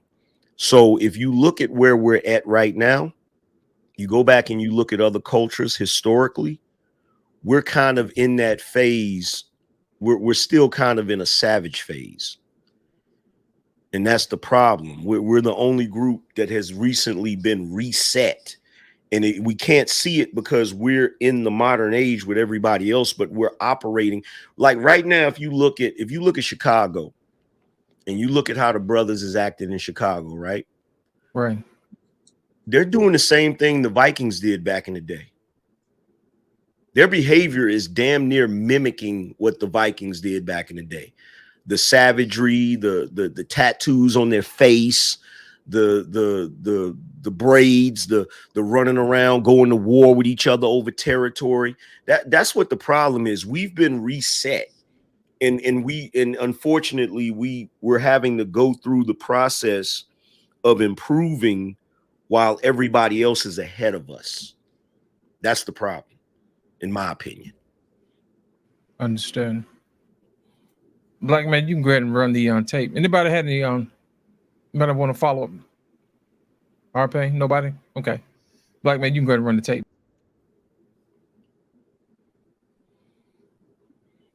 Real quick before I run it, though, I want to say this. What's up, Anger Man? I What's want to up? say this real quick. We're going to switch host in and out, but I want to say this. The next video, when is too old to do what's right? I'm going to play this video. It's a side-by-side, and I think it's it's good to do the side-by-side because it shows an individual, a male 4 years ago, before he passed away, talking about something that's happening today, right? And so I want to switch the conversation up a little bit because we talked about marriage, but why are we waiting so late to do it? Here we go. It's going to be fun. Yeah. That's not intimidated by who and what I am. Yeah. That likes to travel. Yeah. It's going to let me go shop. They're upset, they're mad, and they will be loath to admit it that they know in their heart of hearts they've missed their shot. And you can't turn the clock back. And this doesn't give me any particular pleasure to say it. The fact that most will die alone is maddening to these women, and they're going to make black men feel their pain. Why? Well, especially if you're a woman like that, where you've accomplished something. You're not working retail somewhere. You're not working as an accountant somewhere. You actually have had a career. She looks at her non-black counterparts, and they were able to parlay that career into access an opportunity with other men and to lock down a man and produce a family. You can look at the women who are the most angry or the most bitter sounding and ask them, what have they done with the education, income, and access that they have? They always want to throw it up in your face, what they got. Okay, but what have you done with it?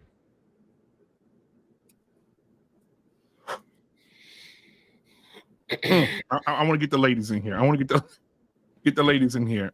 Take heed. I want to pick your brain on this one first. Take heed. What are your thoughts on the late Kevin Samuels and the now 60-year-old Vivica? Aunt Viv. I like that, Mr. Bennett. You crazy. Go ahead, take heed. Y'all gotta pray for Vivica. You gotta pray for her. Okay? We should not be hurting her feelings on social media. We shouldn't be doing it. We should not. It's not her fault. It's not. She had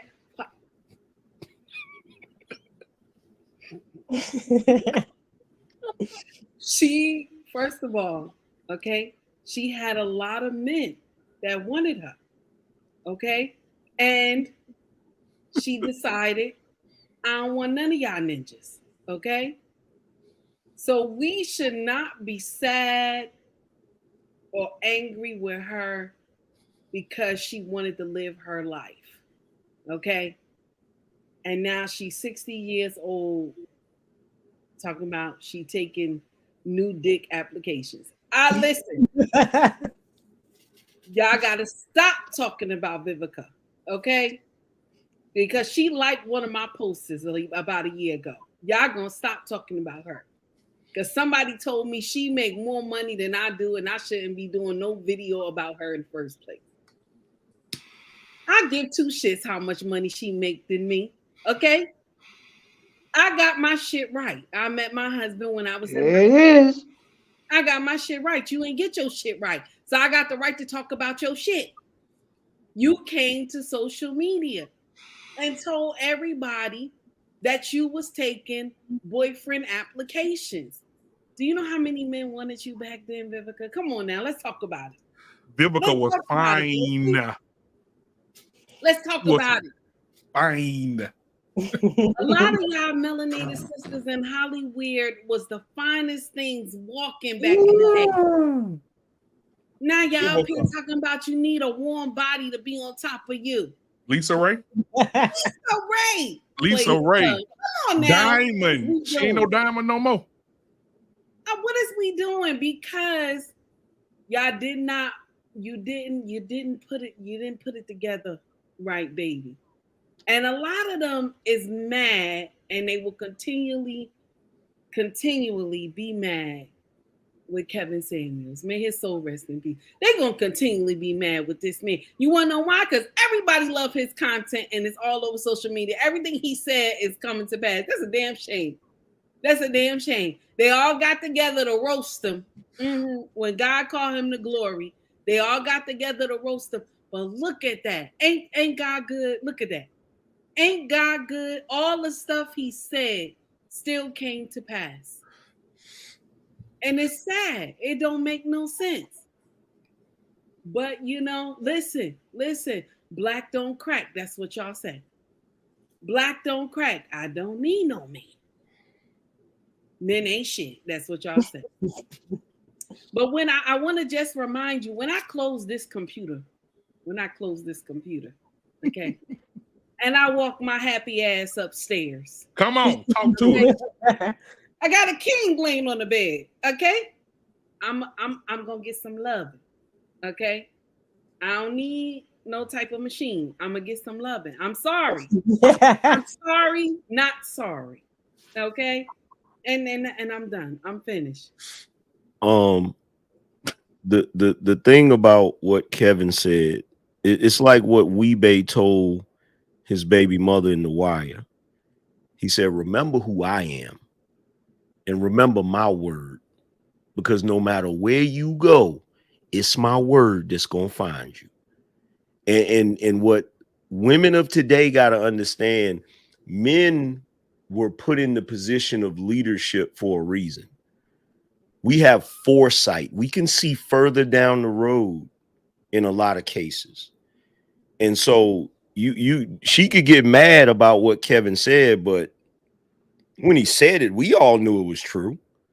You know what I'm saying? In the case of Diamond, Lisa Ray, I think this is the first time in the history of the world we've seen a diamond turn back into a lump of coal. But the thing about it with Vivica, I don't feel bad for Vivica. And the reason why I don't feel bad for Vivica is because Vivica fumbled 50. You fumbled one of the most successful dudes in the music industry that literally shot his shot at you. I remember when he shot his shot. You fumbled that dude. And I don't know what you did, but I can tell you this about 50 that I know for a fact, because he said it in his book. He don't play with women. The moment they show him any sign of any goofiness, he will cut ties and he will keep it moving. And the thing about Vivica, the real reason I don't feel sorry for her is because Vivica she can get a dude if she want a dude. Right now, as we speak, she can get a dude if she want to do. The problem is she don't want Otis. That's who's available to her right now is Otis. You feel what I'm saying? Oh, Otis Supreme. You feel what I'm saying? Otis is every woman that gets to that age that ain't got married. They always have to lower their standards and they end up getting with Otis. Otis is usually a widower, or he's a dude that never got married. He's that dude that always got on the work jumpsuit because he's a shade tree mechanic. He's got the cigarette hanging off the tip of his lip. Come on. His hands is always dirty because he always working. You feel what I'm saying? Mm-hmm. And he usually ends up fixing her car or something, and that ends up being her new friend. They never get married. She just say, Otis is my friend. That's where Vivica's at right now. And she got to accept that because she messed up. Yo, there was one point where Vivica, the way she looked remind me of Vanessa Williams. You feel me? Like she was beautiful. Look at it. Look at it. Yes, sir. She was somebody's wife. Yes, sir. That's when she was supposed to snag her one right there. Right there. But see, I'm gonna tell you the mistake she made. Ran south. I'm gonna tell you the mistake she made. See, women, y'all gotta realize, and it's gonna sound messed up when I say it, but I gotta say it. The way your lifespan is, as far as the dating world, is like an NBA player. When you first come into the league, you can get the best contract ever. because you're young, you don't got no injuries, you got nothing but potential. You feel me? But let me tell you something. If you wait until you done got a torn ACL and your knees is bad, and you got some years in the game, you feel what I'm saying? You got a couple injuries, couple children, you feel me? You can't think you're gonna get the best contract at the end of your career. That's not how that works. You feel me? If you're smart, you try to get a job in sportcasting like Charles and Shaq. You feel me? And guess what? That's settling. It just is. It is what it is, man. I want to get the ladies in here, Angry Man. You is stupid, bro. I want to get the ladies in here. Miss Israel, I want to start with you first, and then we're gonna go to Judge Alicia, Anissa, and Embrace the Grace. Miss Israel, what are your thoughts on Viv? Thank you, Mr. Bennett. I agree with Angry Man on that one. She had lost her. She had found her husband in the beginning. She fumbled him. She straight up fumbled him, and I don't think nobody want to come up behind that. I really don't have too much to say about Vivica Fox, really.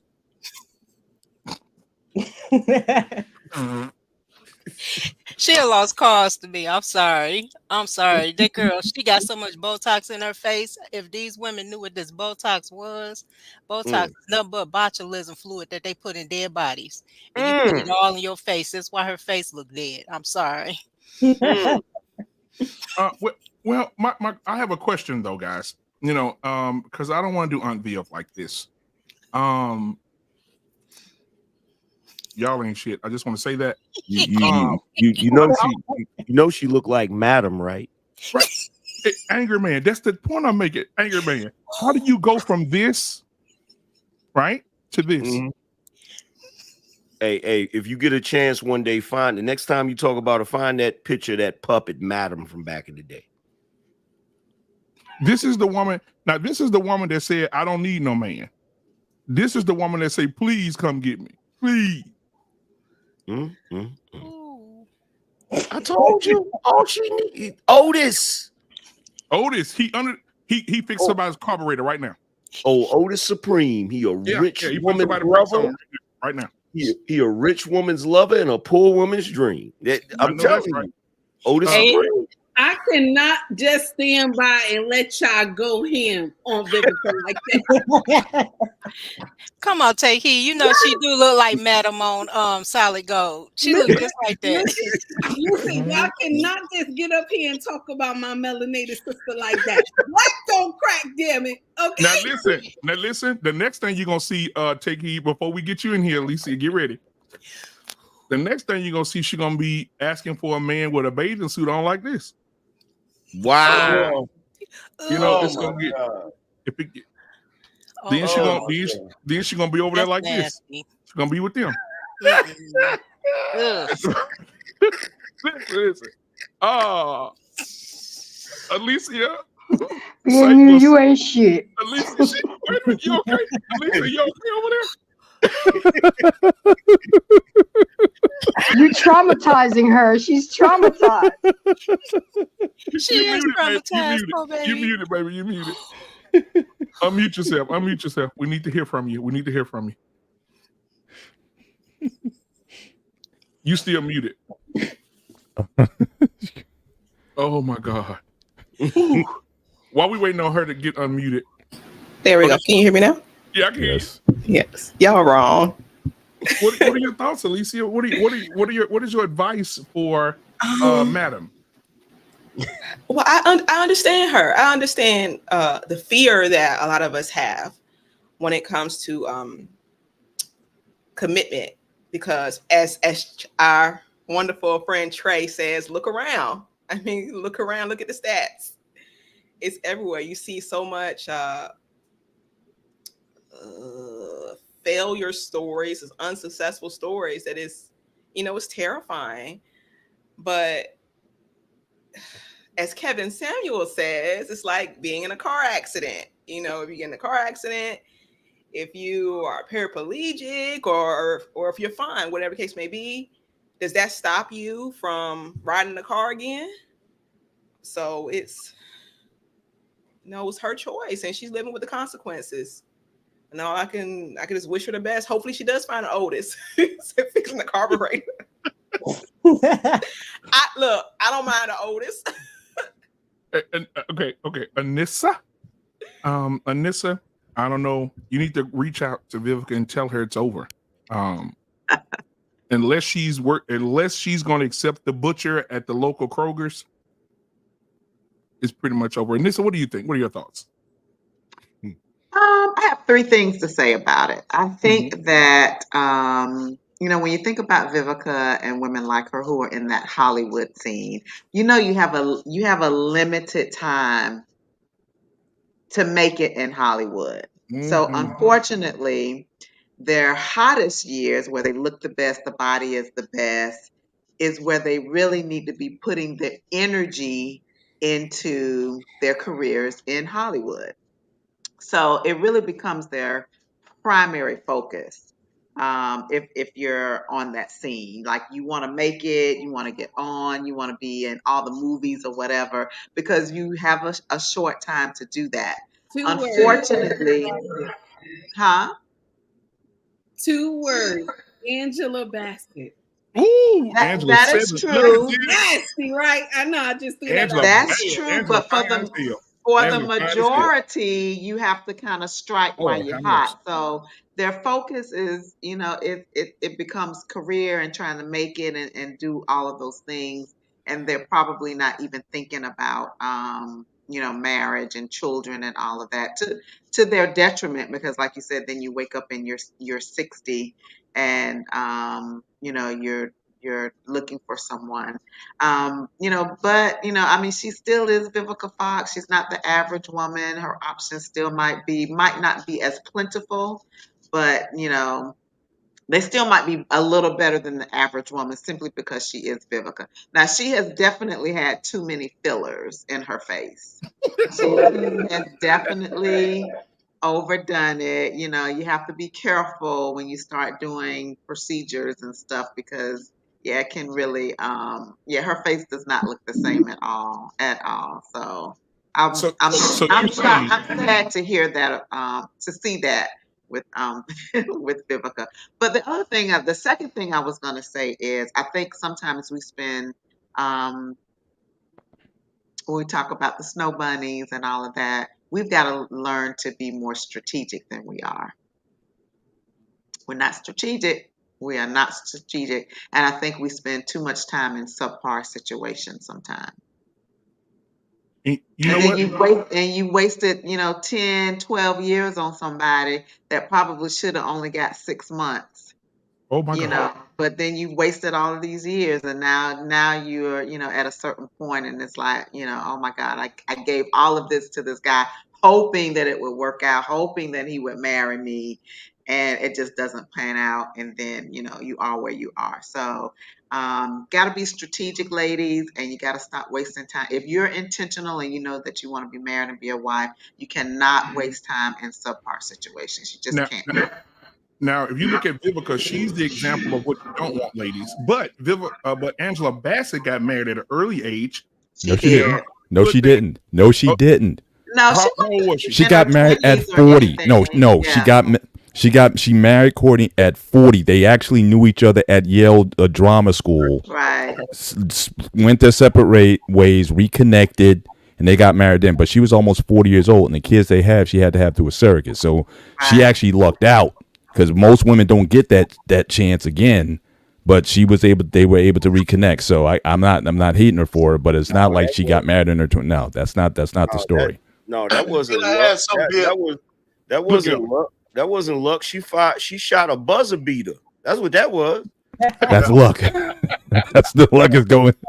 You got a 1 in 1,000 chance of that thing going in there. So yeah, I call that luck. But look at the difference between, if you look at nothing a woman can do. If you look at how beautiful Madam Angela Bassett is, love that show.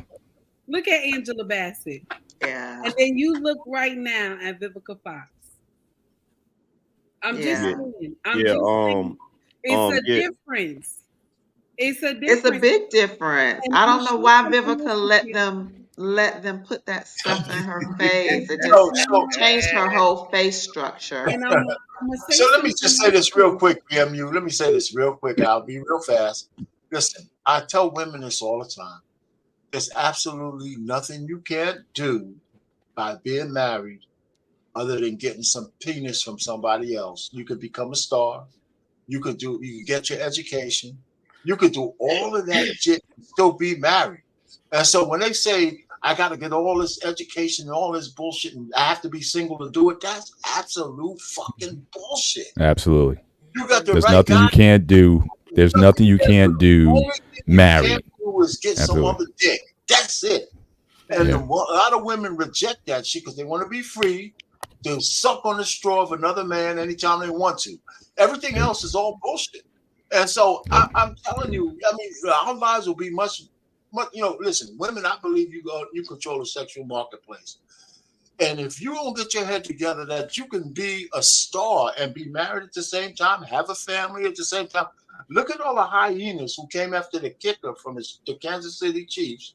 But just telling women you could be great mothers. You could be educated, you could be great mothers, and they try to cancel a guy like crazy. So all I'm just trying to say is, men have a role. We fuck up in certain areas, but women, you guys have more power than you ever can imagine, but just wielding that shit wrong. So that's how I landed there. I want to address what Alyssa said as far as the fear of commitment. Us men, we have our fears of commitment too. You know what I'm saying? We have the fear that, we might not be in a relationship with the person we thought we was in a relationship with, because sometimes y'all go in that bathroom at night and come out looking like a construction worker. Like we got to make sure y'all the same person that we met when we was in the mall and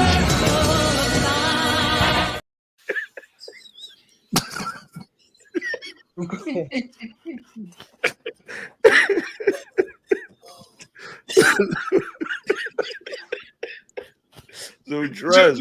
Wait, while Angle Man laughing, Judge, what are your thoughts? Judge, go Hey, you know what that's called? That's called an undercover Danny Glover. You done came out the bathroom looking like Danny Glover. Like, no. I wasn't expecting that. I'm through. Judge, what are your thoughts, Judge?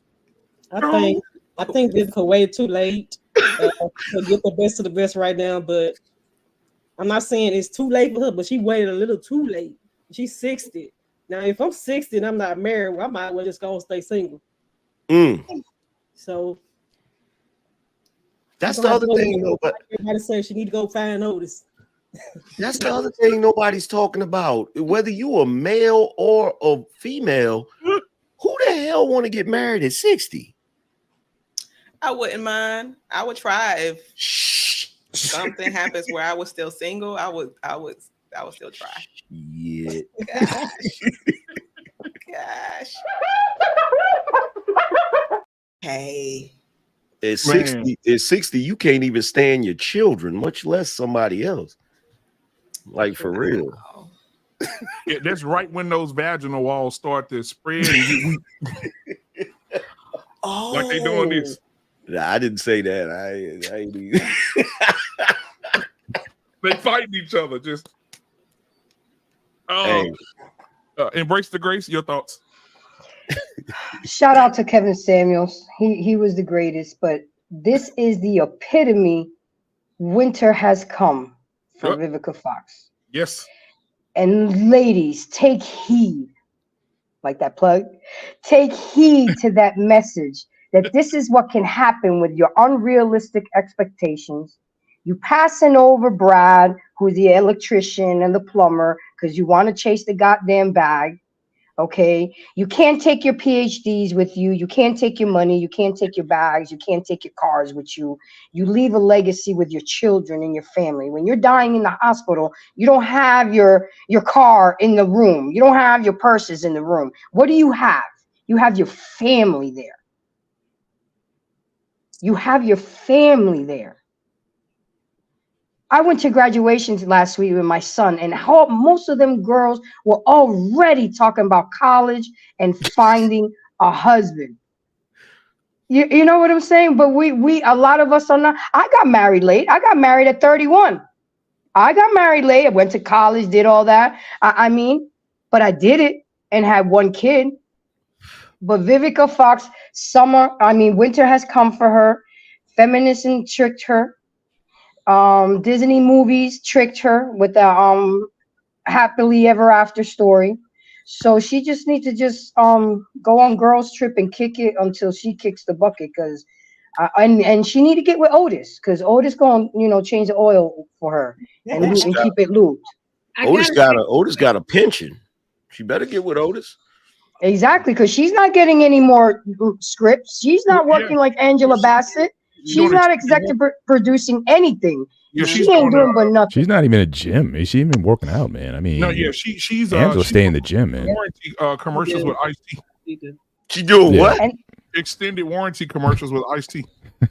And then to see her skin bleached and the way she looks, and it's like it's really sad. I know we're laughing and this is funny, but it's really sad. And shit, I'm about to be 50 this year, so you know what I'm saying. So I better hurry up too now, because my pretty gonna go away. But I'm not pumping all that bullshit in my face. I want to ask a question real quick though. Absolutely. Did the feminist movement really fool Black women, or did we just have enough hatred in our heart for our men? Trying to follow the white woman, trying to chase the white woman ideology. Yeah, I'm just wondering, why was it so easy for our sisters to turn like that? I'm just saying, that's a good question. That is a good question. It's not that easy, JT. Black women have been a conduit to destruction of the Black race for all kinds of shit. From when Lyndon B. Johnson said, "Take this welfare check and told your man you can't be in the house." Just a whole bunch of shit. The fucking rainbow community, how y'all embrace those guys. Just my problem still is that we say we the smartest. Oh my God! That's my problem right there, because we say we the smartest. How is it that we so easily fooled? Ain't no smartness in that. It's the myth. It's the myth of white womanhood. It's Miss Anne syndrome. There were a lot of Black women back in the day that wanted to be Miss Anne. They thought that white women had so much more privilege than they did. You know what I'm saying? Meanwhile, I ain't gonna go into all of that, but white women had men going upside their head back in the day. Like, so, it was just me personally. I think it was back in the day. I think Black people had that moment in the 60s where we started pursuing our own identity, when everybody started rocking the afros and throwing up the fist, Black pride or whatever. But if you notice, the men didn't go back to putting conch in their hair. The men kept moving forward. For some reason, the women went back to relaxing their hair. And I don't know how that happened. I'm still trying to figure out how that happened and when that happened. No, that happened because you gotta remember our mothers. What did our mothers always say about our hair, y'all? Ooh. Our hair was nappy. Bad hair, your hair nappy. That's right. This is real. You got some nappy hair. Your hair sure is nappy. Make you feel so bad. You're like, why she talking to me like that? But we have to fix your hair. Like something's wrong with it. A lot of y'all's hair got destroyed by y'all's mamas because of that nonsense. I remember that. Yeah. Look, the sad part is, and I don't know, it just keeps replaying in my mind. I know we laughing about Vivica and this and that, but I'm going to share something with you. When this is just a little small story. When my grandmother passed away, right? She had 5 children. And one of them did everything she wanted to do with life. She enjoyed herself. But when my grandmother got a little older, she started taking care of my grandmother. She had men coming for her and everything to want to marry her, but she would not. She would not marry them. She was beautiful though. My auntie was beautiful. And she did everything she wanted to do, enjoy, she traveled, all that. But when my grandmother passed to glory, she cried to my father and she said, I'm hurting because when I get ready to go to glory, I won't have eyes looking back at me. So my father looked at her. My father said, what are you talking about? She said to him, Bone, you got 3 eyes that's going to look back at you. 3 sets that's going to look back at you. I have none. See, we like to get out here and say we independent, we can do everything by ourselves. We don't need no men. We gonna live this way, we gonna travel, we gonna do this. But when reality hits you in your face, you will start singing like my auntie, I don't have eyes that look back at me. And it's painful. And I don't know why we think that this makes sense. Even Minister Louis Farrakhan said, if you are not married, if you have not gotten married, if you have not, let me say it one more time. If you have not gotten married, you have failed at womanhood. And that's nasty, right? Louis Farrakhan said, I was like, what the? And when he said that, I was like, he's right. Because you want to know why? We were sent here for a purpose. We are the helpmate. We miss that part. We want to be Adam. You talking? To be Adam. That's the problem. That's the problem that we have in our community. We want to be Adam. But then when some shit happens, I don't want to be Adam. You running. I don't want to be Adam. But beforehand, you want to be Adam. Mm-hmm. You know what I'm saying? Instead of you being Adam, help me. You will even trust Adam. I'm better than you. I'm smarter than you. You know what I'm saying? You are the helpmate. A lot of our sisters miss that part. And then when you get as old as Vivica, and she's not just the only woman, she just famous that we talking about. But there's a lot of women that go through this right now, that they wish they had a warm body laying next to them. They wish they had somebody to call them on their ish. A lot of women wish they had that right now, but you know what? They took the advice of their mother and grandmother, and guess what the advice was? Go to school, do everything you want to do, and enjoy your life. Okay, live your best life. Waiting for you, men gonna be there waiting for you. That's what they told you. Meanwhile, Mama and Big Mama is living in a house that Papa paid for with his pension. With his pension, his Social Security, and they ain't got to do a damn thing. Nope. Talk about and guess, and also, Anger Man, to add what you just said, just bunk bed your comment here. You know, half of those mamas and grandmamas that did that, they maggot food right now. They maggot food, and now ain't nobody gonna buy their daughter no food. And they about to be dead. Vivica about 20 years away. She got 2 more decades left before she ran out of gas. Yeah, and you know, and here's the funny thing. This is not really funny. It's sad. You look at Vivica and you look at Taraji, right? Because of the position they in, because of the money they making, you know they got a whole host of family members that's leeching off of them. So instead of them being women that are under a man's covering and being taken care of by their husband, they out here having to take care of a bunch of other freeloaders. That's what Taraji was complaining about when she was complaining about the lack of pay. You know what I'm saying? Now, she may not be getting what she deserves as an actress, but part of the reason that what she's getting ain't enough is because she got too many mouths she got to feed. She got a lot of people to feed.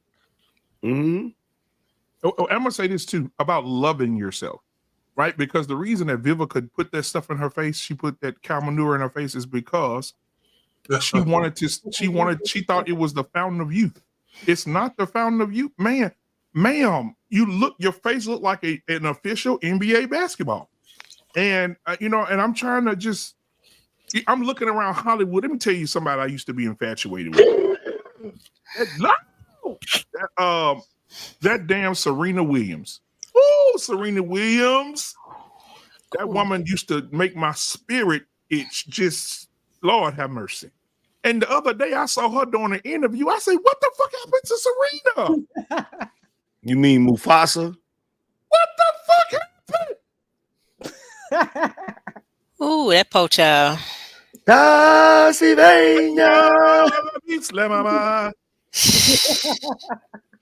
that's a bad lion face right there. Man, what happened? I'm gonna tell you what happened. Self-hatred. That's what happened.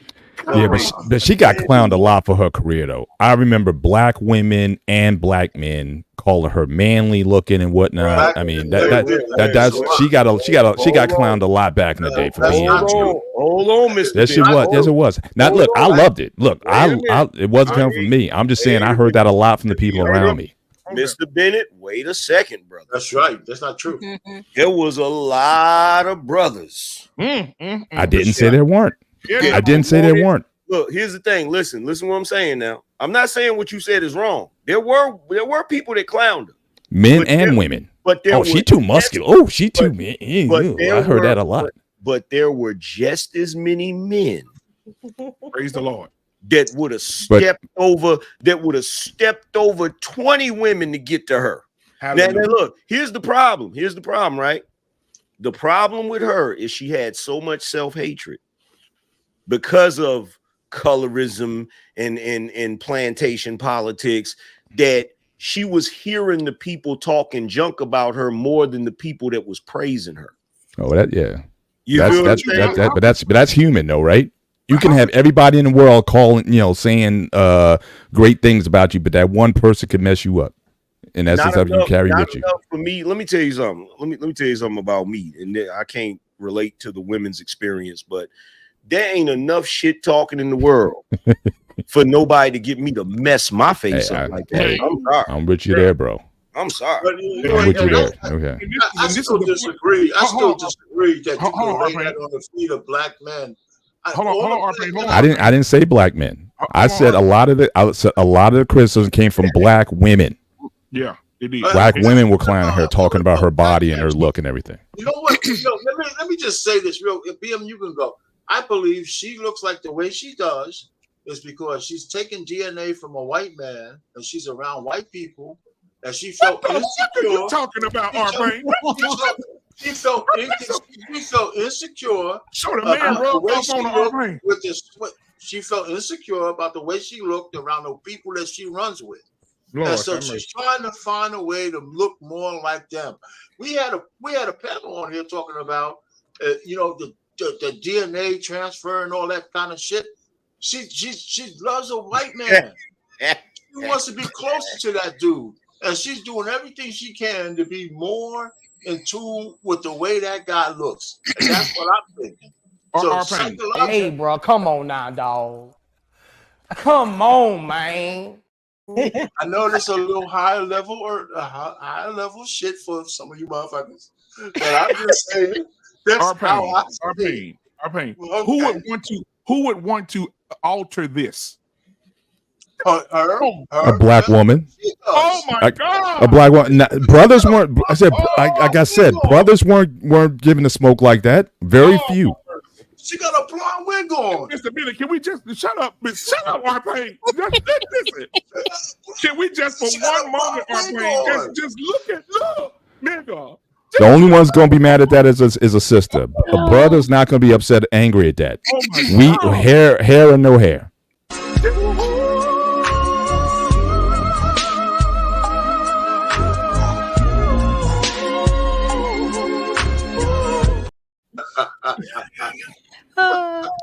It's a theory. It's just a theory, man. She grew up around a lot of white people, man. Her whole everything she's around, she's a tennis player. The most people in her orbit are white people. Let me tell you something. No disrespect. Let me tell you something, brother. There are men in our community that will wage wars for them yams, bro. Man, I'm trying to tell you. I'm trying to tell you. What? You about to hold it to boy? Shit. Serena will fuck, man. Anger man. You know when she got me? She was in a match and she was about to lose. The ball was going out. I said, "Yeah, baby, finna lose." And she went across the court. She did a split? She did the splits and hit that ball. I said, "Oh, I'm in love." Oh my God, boy. I was up out there. I was up out of there, boy.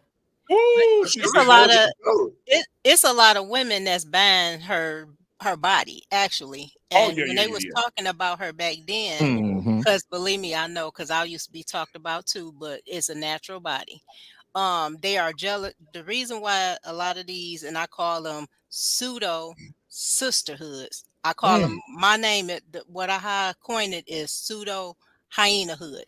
You want to call yourself hating on these women because you wish you had their body. You wish that you had what they had going on. Same like with Simone Biles. I know this off the subject, but a lot of women was coming at her because she stand up for a man. I'm one, I would stand up for my man regardless, because at the end of the day, he is the one that's taking care of me. He is the one that's gonna be laying in my bed at night.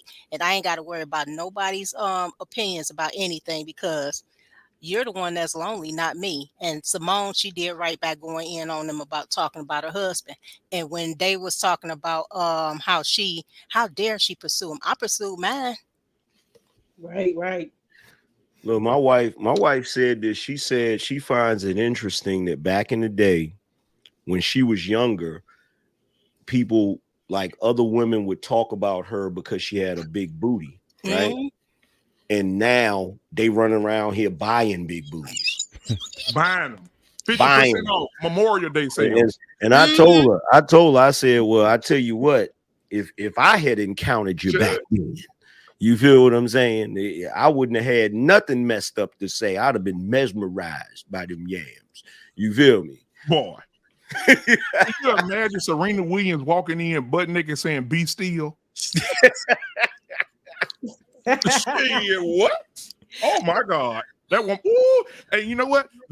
I'm telling you that she is not pregnant proof. I'm telling you, if that woman came in with all that muscle and that ass and put that ass on you, you ain't pulling up out of that thing. I promise you. Ain't nothing coming. You ain't coming up out of there. You're not.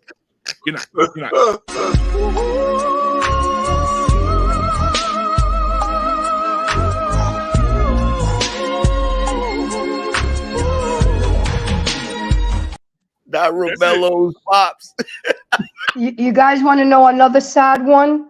And I grew up with her. I grew up watching her, Little Kim, because she was traumatized with Biggie and Faith and everybody, and the fact that Biggie chose Faith over her.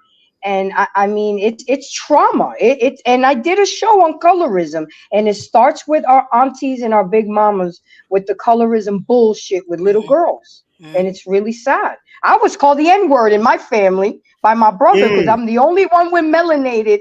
My three siblings are all white, green eyes, and I'm the only one with melanation, and I was called the N-word. It's the colorism. The colorism. And we're guilty of it the most. Our own are guilty of most of it. How are we going to tell white people to stop being racist when we racist amongst each other the most? Grace, Where they do that at? Yeah, I had an aunt like that. You're a liar, Grace.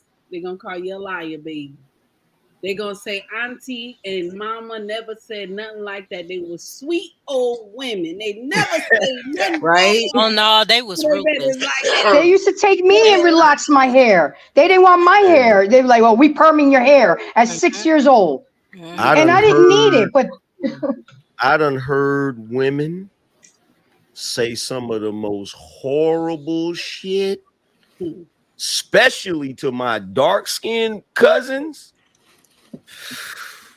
Some of the names, and then they get mad and come outside and want to call me a yellow nigga because they done got talk shit too. You feel what I'm saying? I remember being years old. Are you saying that black mothers are responsible for some of the trauma of self-love and hate to their daughters and their sons. Exactly. Yeah. No. Yes, Exactly. because No. the men the men don't typically do that. The most the men is gonna do, the most the men gonna do, and the dudes that do this is really messed up. You'll have some black men, they'll treat the light-skinned girls a little bit better than the dark-skinned girls. Right. But those are the dudes that's pieces of shit. Most of the dudes don't really engage in that. It's usually the mamas and the aunties that got something really messed up to say, like, you know, go sit your black ass Like down. little red bee. Yeah, or To you a child. your little yellow motherfucker, like shit like that. Like, go sit your ugly black ass down somewhere. Yep. Beat the shit out of it. I got some pushback for angry men. I got some pushback. what's the pushback? This What's is the pushback? sir. This is the pushback. Okay, this is the pushback, sir. Here we go. I only got called. You little black motherfucker look just like your daddy a couple times. Okay, that's all I got called when I was young. Okay, just a couple times. But I'm gonna share something with you. I had an uncle who was brown chocolate. Every time I went to his house, he gave me candy. Listen, M&Ms and Hershey bars, and give them to me in front of the kids and tell them the chocolate one get the chocolate. Y'all don't get it. Really? So look, check this out. Check this out. Rest in peace. He was mean. He said because I was the only dark-skinned one in the family that looked like him. Well, check this out. I got an uncle that's your complexion, a little bit darker, right? And every time we got into it, I was all kinds of yellow motherfuckers. I got two cousins that's lighter than me, and they got hazel eyes, right? He called them little demon babies, like bruh. Light bright. Yeah, light bright, high yellow motherfucker, like all that shit. Angry man, I got a question for you, Angry man. I got a question for y'all, the panel. Are y'all ready? I want to see your reaction. Alicia, I want to see your face first, okay? Tell me how is this possible, okay? Tell me how this is possible. How do we go from this? I had this poster on my wall. Bruh. Why I had so much lotion by my bed with this poster? Okay, TMI. Oh, this poster was on my wall. How do you go from this to this? Oh, that is so sad. That's why. What the biggest question is why it was an RV accident. No, the bigger question is why are all these black women trying to look like Madam? Oh no, that's the question. I don't know. They all using the same Botox. Yeah, it's the same thing. But actually, who's the woman who tried to look like a cat or something like that? And she had all this crazy surgery she had done to look like had a cat face or something like that. They all go that way. But you know what, Mr. Bennett? They go and get airbags installed in their face. I don't understand what's happening. No. That's one of the drugs, one of the drugs. And one of the gateway drugs is makeup and weaves and fake nails and lashes. Those are all gateway drugs, and that's what it leads to. At least that's what I be saying, but they be getting mad at me when I say that because these girls be having them eyelashes on looking like spray painted. Mamas need to nip that in the bud. No makeup. Oh, Eartha Dick. I mean, quick. What's her name? Kid? What he say? Wow. But she might have been 80 by then, man. That's an older picture, though. I think. But hold on. The point is, she didn't want no man either. This is Vivica in the future. No, I know. Yeah, in fact, I was going to raise that point earlier because you had she had a sort of confessional about men, and then we all know about Diane Carroll. She also made a confession. So I guess the question is, like, how many of these starlets have to say, kind of their mea culpas about how they approach things before a lot of women start to listen? But yeah, she said it. Diane Carroll, all these women are kind of saying it, and we seeing all these all these women from the 90s that we just thought were just everything, all dimes back in the 90s, and we're seeing them all age out. Sanaa Lathan, it doesn't, all of them. They're just all starting to age out. Eartha Kitt looks like she does look like she looks like a James Brown stunt double. No. I will say this though. There are some 50-year-old, 60-year-old women that took care of themselves, and I know people don't like her. Angela Bassett was one. We already talked about Angela. Right. But that goddamn J-Lo, listen to me. How old is that? 53? Chef Bebe, I think Chef Bebe 73 now. Pull up Vanessa Williams, not light skinned Vanessa Williams, but chocolate Vanessa. Yeah, I know chocolate what you're talking about. Williams. Yeah, I know what you're talking about. I got you. Oh my God. She did not age. Crazy to me. They talk so much about the snow bunnies, but you're trying to look like the snow bunny. You want hair. You know, you talk about you talk about the hair. You talk about the light skin. You talk a shit about you know. It's I'm confused. They also around here looking like drag queens too, so you don't even know. I'm being honest. They like Transformers. You can't tell the difference. They out here tricking these men. Actually, I have a problem with that. I was talking to one girl and I seen her I didn't know if it was a he or she. I'm sorry, but yeah, you can't tell. The drag makeup. That drag makeup. Because they're letting them do their makeup. That's why. Yep. What's happening is they pushing this drag makeup on the women, and I'm sorry, but I'm looking at the bigger picture to trick a lot of these men into, you know, they fooling them because false these men advertisement. Yep, these men don't know what's bait and switch between the men and women, but the makeup was made for. Actually, makeup was made for the men that wanted to be girls. Initially, it was prostitutes. Do y'all watch that movie? Do y'all watch that TV show that Tyler Perry came out with called Zach and Fatima? I don't watch none of his stuff. I don't watch this. So check this out. The woman on there that plays Fatima, right? Mm-hmm. Every time I see her on that show, she be looking like a dude, like the way her makeup is and the wig and stuff. And then I saw her on YouTube because she has her own podcast. Totally different. Oh yeah, she look real good. I know you're talking about now. Yeah, she look. You know what I'm talking about, right? I'm like, yeah, I seen it on your show. Like she's beautiful. Yeah, but boy. then on the flip side, and I asked my wife, I said, yo, let me ask you a question. I said, why is Tyler Perry trying to make all of the women in his shows look like dudes? Look like him? Yeah, they like the makeup, the way they do the makeup and the wigs and stuff. I was like, why is he trying to make them look, you know, like Transformers? Like it seemed like he's doing it on purpose. He is. And his wig department need to be fired. Them motherfuckers. Oh listen. God, them wigs so old. Them hair hats look like they've been ran over by a tow truck. He spent too much money on the estate. He should have allocated some of that money to the wigs. That's what it was. It's all programming, man. It's all programming. It really is. And listen, just one thing. When we were showing those women, I was just talking to my wife this morning. And I showed her a picture of her Madonna because I was a big Madonna fan. We're the same age. And I said she looks like the puppet from Saw. If you ever put the puppet from Saw against Madonna, it look the same. I said, shit. Yeah, my wife was cracking up. Madonna look like uncooked chicken. She sure do. She does. She like man, what? Anchorman, this for you. Yeah, she hasn't aged. Like she has not aged. Still beautiful. Praise the Lord, everybody. She still look like Keisha from New Jack City. That's crazy. Mm-hmm. That's crazy. She still looks like herself. Yeah. Felicia Rashad can get it right now. Bruh. Him and Tyler there for a minute. But you know what? If you fuck around and catch Whoopi at late at night with the lights off, you might. Oh no! Oh no! No.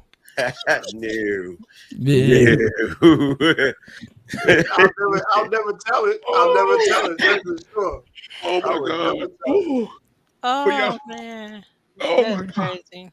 Y'all heard what Whoopi said? Whoopi said she like traveling penis. She said she wanted in and out of the house. Jesus Christ. Did y'all you see the interview, Anchorman? She said she I did not. I would never be in a committed relationship. I just want men to come in now. And she said her mama said, well, you just need to have parties with me. And then she said, I will. Let me tell you something. I have never seen any type of interview where Whoopi was talking about penis. And I'm glad because I would have to burn that memory from my brain. I got one for you, Angry Man. I saw Whoopi on the interview, and she had her braids. She said, listen, it depends on whether the man is pulling it this way or that way. I said, And I said that was good, man. I said I got that right away. I said Whoopi. Oh, Whoopi. Oh, you know what I'm saying? So Sweet that was a real good one. I actually, were you pulling it this way or you pulling it that way? I said, oh my God. Sweet Jesus. You know, it definitely would have to be this way so I don't have to look at it. But what the hell? We'll be out here advertising. She trying to advertise like everybody else doing. She know what she's doing. Yeah. You know what? Why are especially women? Why are women so comfortable talking about stuff like that in public? We ain't telling nobody about. We all have I'm just saying hi to the dog there. Hey. Oh, what's up, dog? Hey, you know what? The Angry Man, I've been watching you for a while, and I know that you have a crush on a certain person, right? And I found her. No, I don't. He's like he a married man. I found your celebrity Don't crush. do that to him. Okay. I found your celebrity crush. She just sent me a picture. It's downloading now. She said, Brace yourself, Angry Man. She said, tell AM I missed my boo thing. I said I would. And she said that you told her that she's the most beautiful woman in Hollywood. I doubt it. Please don't let this, bruh. Am I gonna need? you may need some. Your next show. She said you told her several times that you were going to leave your house to be with her. Bullshit. Look. Oh Lord, I love her. She's awesome. Oh, come on, man. I like her though. She's on. She's awesome. You know what's crazy? At Golden Rest Baptist Church. Listen, you know what's crazy? She was talking about men though. She was talking about penises not good enough. Men wouldn't. Penis is not big enough for her and all that. Well, ma'am, I mean, goddamn, when you've been on the road as long as you have, and you could turn an 18-wheeler around in that thing and not touch nothing. I mean, I understand. Yeah, I cooked her for that because you know what? Before she said that craziness, I'm sorry, Miss Israel. I actually felt bad for her when she did that interview one time. She said she felt like she was never gonna find nobody. Yeah. I genuinely felt bad for her. I did too. And then she jumped out there talking crazy about dudes, and I was like, nope, I can't even feel bad for you now. She only talking reckless about men because men don't want her. Pay attention to a lot of these women out here when they say men ain't this, men ain't that. I'm single by choice. You single? You're not single by choice. You're single because a man don't want you because of your attitude. Miss Israel, I told you about telling the truth. I don't know what's going on tonight. I don't understand this part. Look, I'm almost half a century, girl. I can't tell the lie.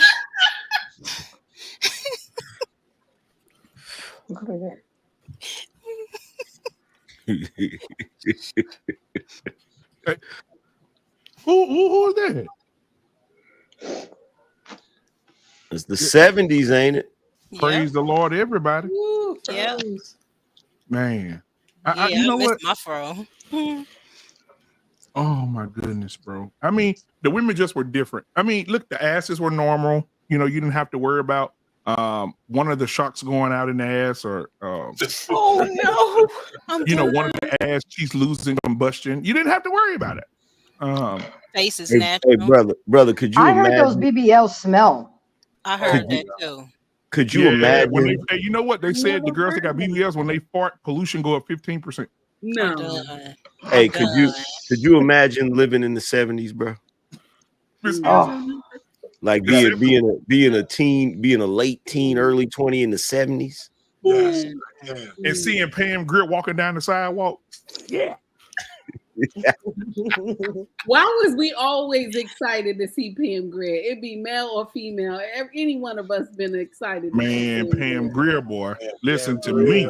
I was a kid. But she was the first one to rock a body out there because the women you just showed, they're all thin. I mean, I don't buy all those magazines from the 70s or whatnot. Just like with all the others, they took the thinnest women possible. But sisters don't look like that. Pam Grier looked like a black woman. She had the shape of a black woman. All them other ones, they just starved themselves to look the way they did. Hey, did you see? I know y'all saw when Jerome was singing to her on Martin. Soon as he got close to her, he was looking back to see if anybody was coming. He just grabbed her. That was funny. That was funny. Man, I guys, we okay. Listen, I'm gonna play one more video, and I know that I'm gonna play this video to piss people off. But before we do, JT's about to head out. JT, thank you for being here. ETG, you want to go? Never mind. Thank you so much for being here tonight. And he has a show tomorrow right here, guys, on Black Men Unfiltered Network. What We Know Wednesdays. And you think this is crazy? Come and see JT tomorrow at 8:45 p.m. Central Standard Time, right here on the network. I'm working on something for Thursday. I'm just so excited about it. But anyway, I got a video I want to show you because I want to piss everybody off. All right, Anissa sent me the video about the numbers. We already talked about the NBA official basketball face women. But I want to talk about this. What are we going to do to preserve our culture? Now, what I mean by that is, why are we allowing white women to come in, swoop down, and get these black men, take them back up out of here? Why? And these white women are doing it, and they're doing it well. And I'm going to show you this video of this guy who, let me play it for you guys. Here we go. I got this idea to tell you that you need to do your research, and if you're dating a black man, it is your responsibility to understand the history and the trauma of slavery. And you was one of your initial classes, one of the first classes you had, you noticed that it was predominantly non-black women who were going in there studying black men. I started teaching a black male course because it was needed.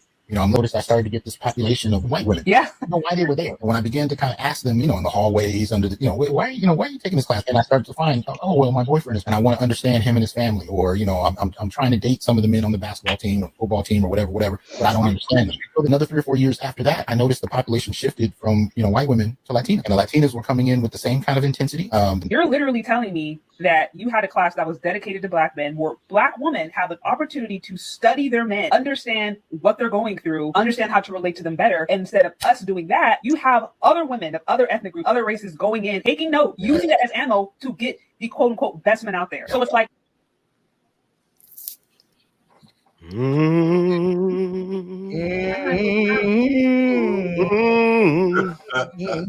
have a problem with the video. Now, let me tell you something. Let me just say this on behalf of the brothers, on behalf of the brotherhood, and I do believe I speak for all the brothers. The moment that we find out Lost in translation, come on, a woman of any ethnicity is taking the time to understand the plight of the black man, we gone. It's over. Because guess what? That's the only thing we have asked. That's the one thing brothers want out of the sisters. Just understand what a brother go through. That's it.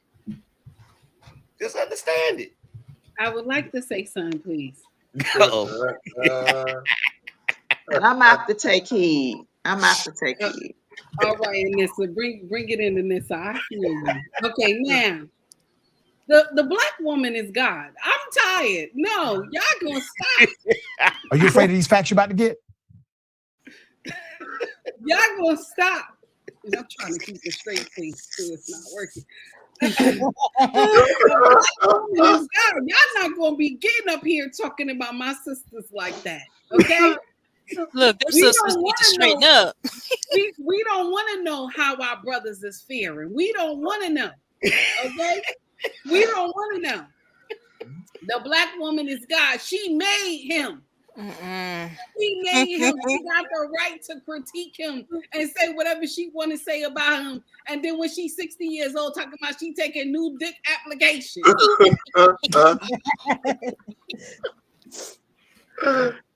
Oh my goodness. So Anissa had something to say. Anissa, after seeing these women who are going to study black men to learn them better, to nurture and love them better, what are your thoughts?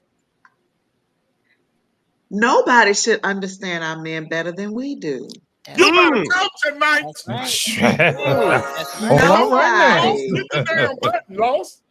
Nobody should understand our men better than we do, because we've been through all of it with you. How in the world can you let anybody else come in? Yes. and invest and learn your man more than you when we've been there from the beginning, from day one through it all. Yes. I don't I'm understand gonna tell that. you. That's I'm gonna crazy. tell you how it happens. This is how it happens. Late at night, if you watching TV, a commercial will come on, and it'll be a white lady, and you'll hear that song, "In the Arms of an Angel." Yeah, I can't even play that song. We're gonna get demonetized. But just so you know, I got it loaded up. You know what I'm saying? I got it loaded up. You got that clip. I got it loaded up. You ain't got that clip. I got it loaded up, but you know, they like to take the monies away. I'm not mad about it, but if we don't get on it and learn what's happening and what they do, we in a world. Hey, y'all better learn. I'm trying to tell you this. You gotta teach someone. Go ahead, Judge. I have studied my black man, so they don't apply to me. But still, we not good enough, so it's always something with black men. Oh gosh. Oh no, that ain't necessarily true though. That ain't necessarily true. I gotta get some pushback on that. Push it all the way back. Because brothers look, let me hear something. A brother's first choice is y'all. Yes. First choice. And I feel that the sisters spend too much of their time and energy studying boys instead of the men. And they're put on the big screen there. Say it again. Say it with your chest. But if we're starting over with each household because we didn't have the man in the household, it's hard to tell the difference. It is. In some cases, it's impossible. But we got to keep trying. We got to keep trying, or we're gonna lose them. You know what Sarah's saying? She said, "You black bitches, look at me and Derek. I love you too, Sarah. But you gotta stay over there. Black whores, I got your man." But you know what? The issue is, even though y'all are the brother's first choice, right? Mm-hmm. If you want to picture what it's like for the typical brother being in a relationship, sometimes you ever see that video with Michael Jackson where he's walking against the wind and the wind is just blowing him back, and he just trying to walk towards that's what it is. Like y'all, sometimes y'all just too intense. Like y'all be doing the most. Angry man, I got a new Bible. It's called Anissa chapter 4, verse 13. Anissa said, chapter 4, verse 13, it is easier to talk to white women. It's easier. They're softer. Their tone is soft. Oh, she's here. Anissa, can you repeat what you said? Oh my God. Yes. You're gonna get me in trouble. We need your protection tonight, goddammit. Go ahead. I mean, I just have noticed it myself. I mean, I'm not a man, but just in interacting and listening to them, their tone is softer, and it could just be a natural thing. I think their voices are lighter, their tone is softer, and it's to me it's a noticeable difference. So I know men have to notice it. Observation. It doesn't matter how soft your tone I'm not saying that it's. I would never say that it's mentally, better. It doesn't matter. I'm just saying that I noticed that there is a difference. I mean, because when they talk, it's always like, it's always light and airy, and and our voices tend to be a little heavier, a little deeper, a little. But guess what? I'm gonna show you how well I know the sisters. They gonna be like, that's just them being phony. No, I don't think so. Well, guys, I have to say something. I bought that video to BMU yesterday for my show on how women need to compete, and I did it. I went to college and I took an African American study, and it was one of the most eye-opening, mindful classes I ever took. And I have to let you guys know, you have to read this book. It's called Kendrick by Octavia Butler. That was the book that we had to read in that class. And if you want to know what Black people went through slavery, this is the book to read. It changed my whole perspective of everything. Maybe this is why I am the way that I am. But let me tell you something. It worked because you get to know the Black man. And this is strategics that other people of other women use to snag the Black man. So it's real because I did it. And that was 20 years ago. So imagine what's going on now. When I was in college, I took a class, and you guys really have to read that book because it is really eye-opening what Black people went through in slavery. I just have to say that. And information about the thousands of years in which we were kings and queens to remind us of what's possible. Hold on. Listen. Grace, what did I tell you a long time ago? I know law, but I can't. It chases me every day. It's every day. The comments, the emails, the bullshit. Listen, what did I tell you? No. I'm just telling you. This is what I'm trying to do. She's gonna get a whooping tonight. She gonna remember what I told her. What did I tell you? You told me to forget all that, be me, and continue to be me. That all of that is just hate. Listen, I told you to get that Brooklyn out your voice and get softer. Didn't I tell you that? Yeah, I did. That takes practice. Yeah, the great. Just like I'm talking to you right now. Yeah, go ahead, Lost. So that's how you tame. Yeah. You talk soft. I was worse, Liz. Embrace it. That's your superpower. Now, see, y'all have forgotten. He talked to you like an angel. I ain't gonna talk to you like that. I'm talking to you like you're in the street. The great prophet Bernie Mac said, if people don't like you when you're being yourself, fuck them. With handcuffs on with crazy glue on their lips. Be yourself. Don't do Be that. yourself. Listen what I'm telling you now. Listen what I'm telling you. Shit. Use that softer voice because men have to be quiet to listen to you, right? And when you do, you get his attention, right? I think women have forgotten their feminine wiles. Yeah. Yeah.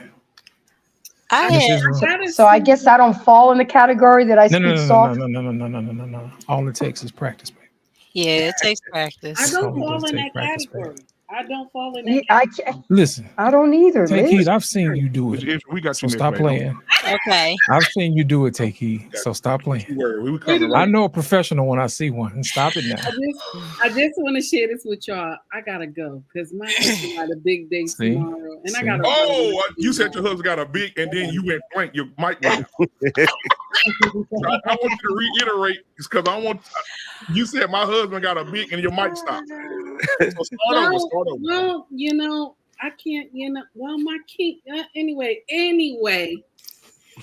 I gotta go. Good night. Good night.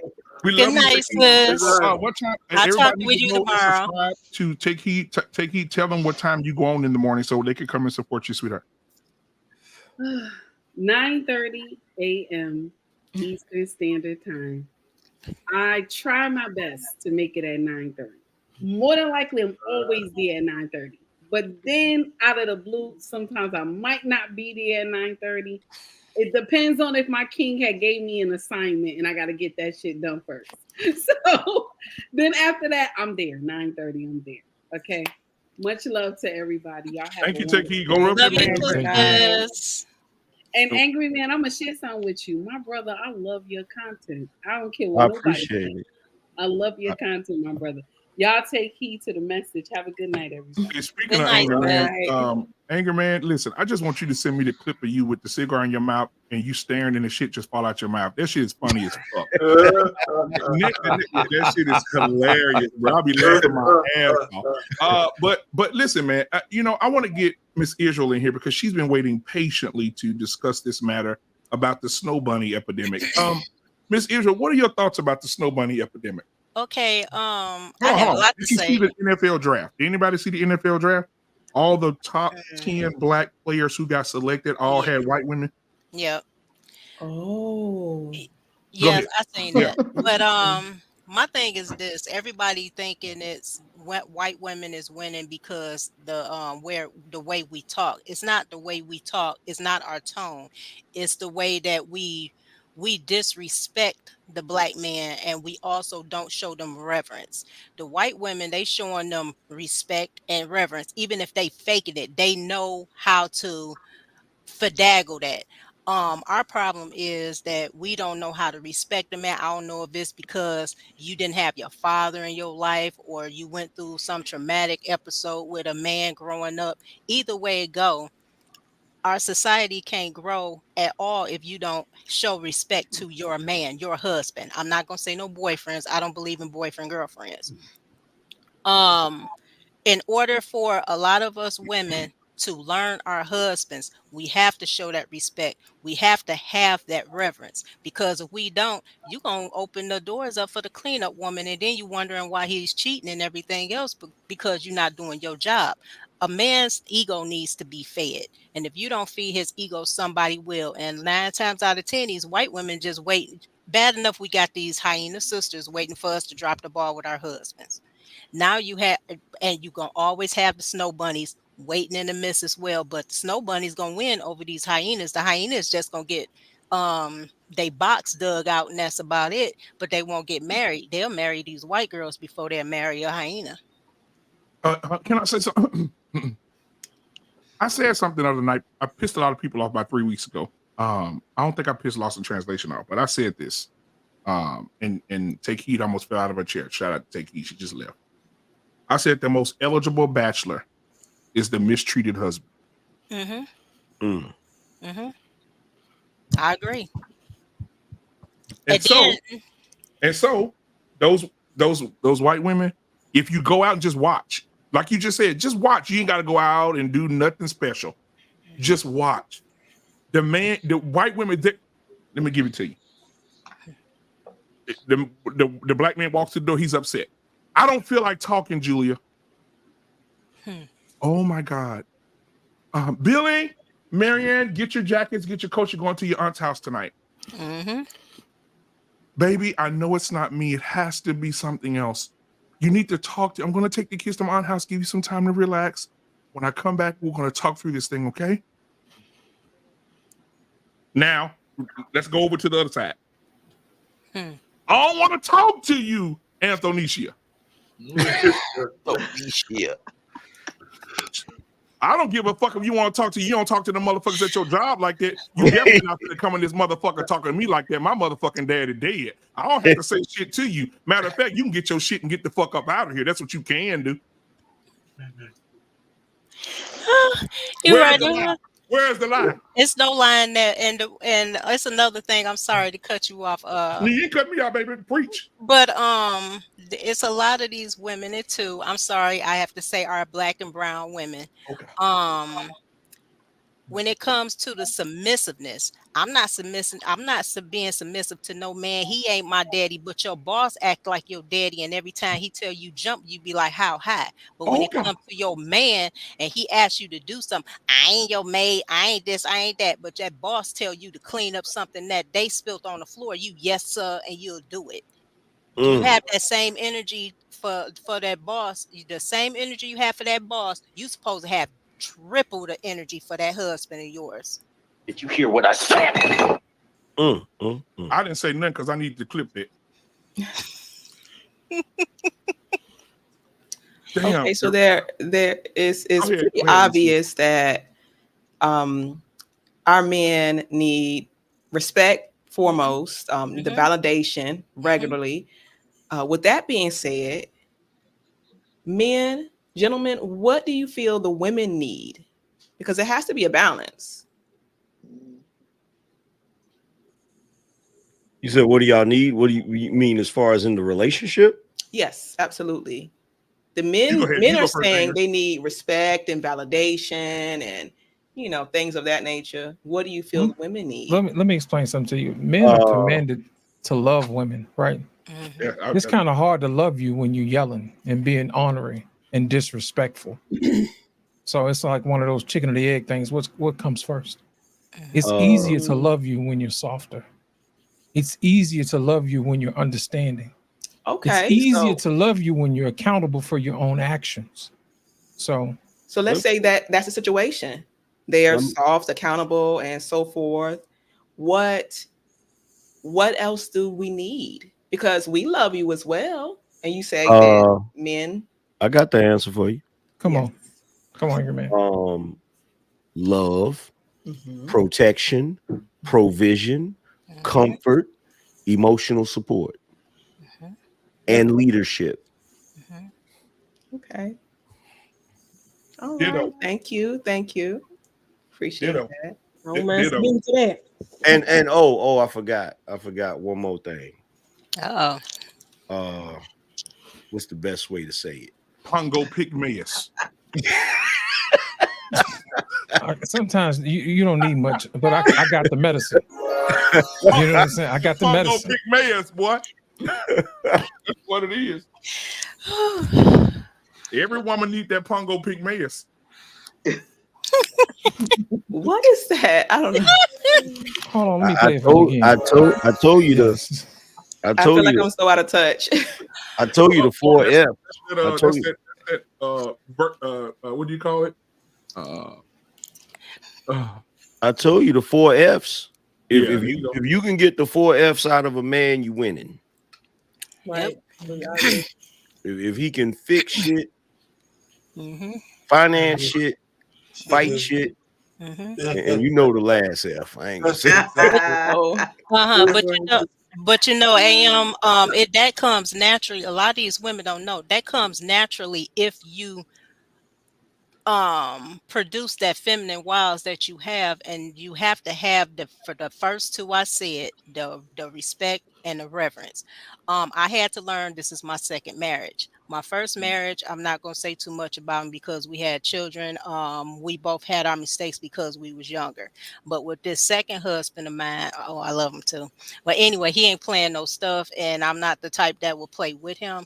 If you was to respect this man, do what you got to do for your husband, all that other stuff will follow. It's a lot of guys that's out here that's married. They don't even want to mess with their wives because they scared to come in the house. They sit out in the car for at least an hour before they go in there drinking on a beer, or either they say they working late, but they at a bar or probably at another bar or house because they look for peace of mind. His home, and that's his home. These women, my house. No, it's not your house. When you're married, it's his house. It's supposed to be his safe haven. It's supposed to be his peace. He's out there dealing with the world, and you already know the black man is going through a lot of stuff out there in the world. How in the hell he gonna have his peace when he come in the house and he got a damn dragon meeting him at the door? And then on top, I'm just being honest. Then on top of it, you saying, "Oh, he don't want to make love to me." Who in the hell gonna want to make love to you when you acting like a dragon? They stuff ain't gonna get hard for you, baby. It's gonna be soft at all times because you don't know how to speak to this man. You don't even know how to comfort him. Without comfort, you're not gonna get anything, baby, but a wet noodle or whatever you want to call it. I don't know, but you remember what? Hold on. Wait. A lot of people look at Viola's part on Fences and they agree. Ready to say. I was getting ready to say. Oh goodness! But when Denzel played that part and he told her, "When I'm here, I'm not a man. I don't feel like I'm the head of my house." Nobody listened to his line.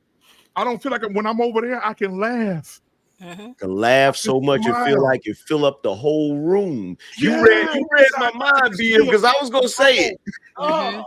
That cleanup woman know how to soothe your man. Believe me. He said, but there's another part, BM. There's another part you left out, and it's the most heartbreaking part. Is when he looked at her and said, "I don't know how to tell you I've been standing still for the past, what he say, 30 years." Yep. And guess what she said? She didn't say, "Oh, baby, I didn't understand." No, she said, "I've been standing with you." That's what she said. She didn't try to. She didn't address his feelings at all. But you know what she was saying. I can't explain to you. But change that scene and put Emily in there. Oh my God, I didn't know, baby. Why didn't you say anything? No, she's out. But see, this is where. But you know what, BM? You know what, BM? I'm gonna show you something. I'm gonna show you the disconnect, right? The disconnect is a lot of women will say, "Well, she's right. She was standing with him," but what they don't understand is that's another shot at him, because the reason she's standing still is because he's standing still. So that's another indication of his failure. Angry man, you preaching tonight, boy. Let me get this collection plate. Hold on, let me get this super chat. Scorch earned $5 super chat. He said Fox had 50 cents, wanted $1, and ended up with a penny, including Lisa Ray, Larsa Pippen, and I graduated. And I graduated Tia Mowry. She did say she graduated from that nigga. In that desert they live in. Yes, I think they should drop them off in the Amazon. Scorch earned $2 super chat said, or that pastor tells them to jump how high. You know what, Miss Gizzard, you had a point. A lot of men repeat your point by a woman will sit at home and say, I don't have to. I don't want to. I don't feel like it. Right? And go to work and the boss come in. We have new policies. I need you to learn them by 3 p.m. today. I need you to implement them by 3:15 tomorrow. We're going to start full day. You tired, but you're going to do the work. Why is it that they said your first pastor and your leader and the head of your house, your husband is your first pastor. He's the provision for you. Yes. How is it that you can damper and stamper your provision, but go to a stranger at your job and say, yes, daddy? Yeah, but BMU, you can't move off of the point that Angry Man made, especially when you talk about fences, right? It was his failure that she was the way he was. I don't give a shit whether he had a reason to or not. The cleanup woman always feels better. Just the same reason why a man can never forgive his wife for fucking another dude, because he knows that she's giving him everything that he's not getting at home. No holds barred. He's banging the shit out of her, and she's coming home with his residue on her all over her body. So, you can't, I don't want to be on her side, on his side, but the fact is, his wife in that movie did more for that man than anybody else. And so he failed. R-Pain, one day we're gonna pull a movie up back here and we're not gonna be live. We'll all sit and watch it. This is the point. The point that she was saying is most women, watch this now, because I had to tell my sister-in-law this. Most women say to another woman, girl, that son of a bitch cheated on me. I did everything for him. No, you did everything you wanted to do for him. You didn't do everything he wanted you to do for him. He may say, baby, let me finish. He may say, baby, I want my dick sucked on the tailgate of that truck tonight. You say, I'm more comfortable sucking it on the lazy boy. He may say, hey, baby, I like you to cuddle with me and rub your feet up against me it makes me feel, safe with you while we're watching TV. She come in dressed like she just got through mowing yards, no sexy clothes or nothing, with John Deere fucking sweatpants on and a bonnet on her head. Talking about good night, baby. No, here's the thing. You can say the same thing about women. Same thing about either gender. Yes, sir. Go ahead. R-Pain, I'm gonna tell you why you're wrong, bro. If you told me, if me and you were married, listen, you told me, you said, black man, tonight I need you to run down that hallway butt naked with baby oil on and jump in this bed. I bet you he'll do it. Look, R-Pain. Look, R-Pain, I'm gonna tell you why you're wrong, brother. Oh boy. I'm gonna tell you why you're wrong. If you go back and you look at Fences, right? Okay. You can tell that their relationship was just them going through the motions. That's all it was. And I guarantee you that whenever he got some from his wife, she was laid up in that bed with that lazy missionary, that starfish, with that moo-moo on. Oh no! And that bonnet on her head. Yes, sir. And the whole time he getting it, she just laying there looking at him like this. Looking like Celia. Not feeling nothing. Feel like this Celia. Ain't doing nothing. No noise, no nothing. So the fact that his wife was in that position, he didn't have nothing to do with it? Hell no. No, hold on for a second. You're saying that a man's, I know she's responsible, my wife's responsible to give me some ass, but are you trying to tell me that we don't have no responsibility to put her in the right frame of mind to get the ass the way you Thank want you. it. That's what I was going to ask. Love, honor, cherish, good times, bad times. If I'm struggling and we standing still, motherfucker, we struggling together, and you're gonna be right there with me, by my side, struggling with me. If I'm in the fucking cardboard box, you smile in the morning, give me my eggs at the back of that cardboard box. I don't want to hear nothing about you feeling different when you made a vow to be one with me. If I'm fucking down, look, let me tell you, hold on, because I get passionate about this shit. It says, the Bible says, you become one entity. If you become one entity, if I ain't shit, you ain't shit, because you're my helpmate to uplift me to get me there. You're supposed to elevate me and help me get there. If I ain't shit, you ain't shit. We both ain't shit. Wait a minute. Hold on, R-Pain. Okay, I'm holding on, but hold on. Up here shaking their head, so I'm losing already. Yeah, look. Okay, so go ahead, because I don't give a shit what you guys say. First of all, R-Pain, I'm gonna tell you again, you wrong. Yeah, okay. This is a old school black man. Right. Get up at the crack of dawn. Right.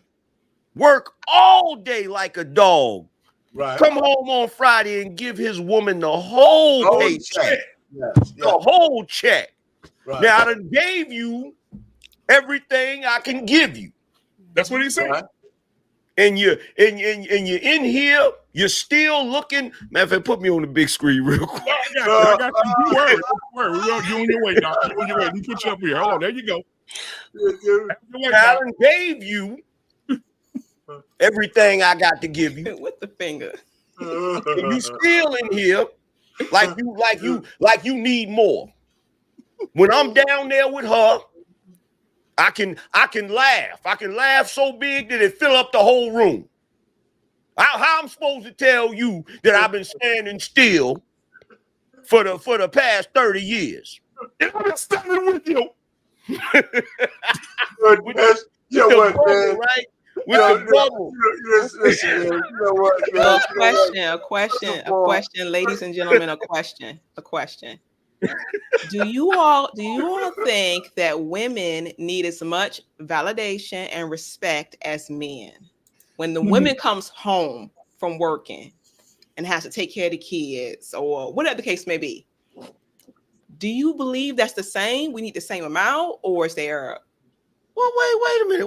Wait, hold on. First of all, wait, stop the presses. First of all, the men don't get no damn validation. None. No validation.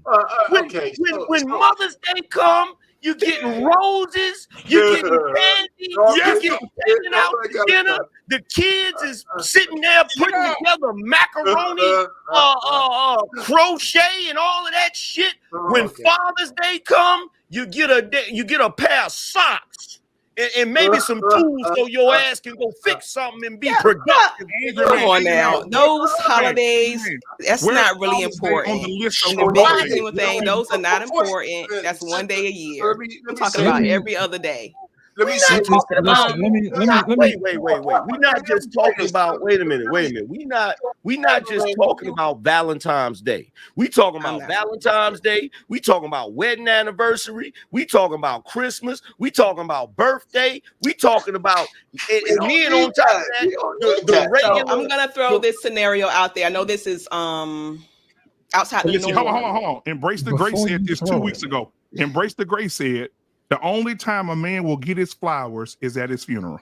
Damn Skippy. I'm gonna throw this out. I know this is outside the norm, but I don't celebrate a lot of those holidays. Neither. Okay. So, we know women don't celebrate men, period. So, but you can go ahead. You can go ahead. I like to celebrate every day. So there's no particular holiday. For a second.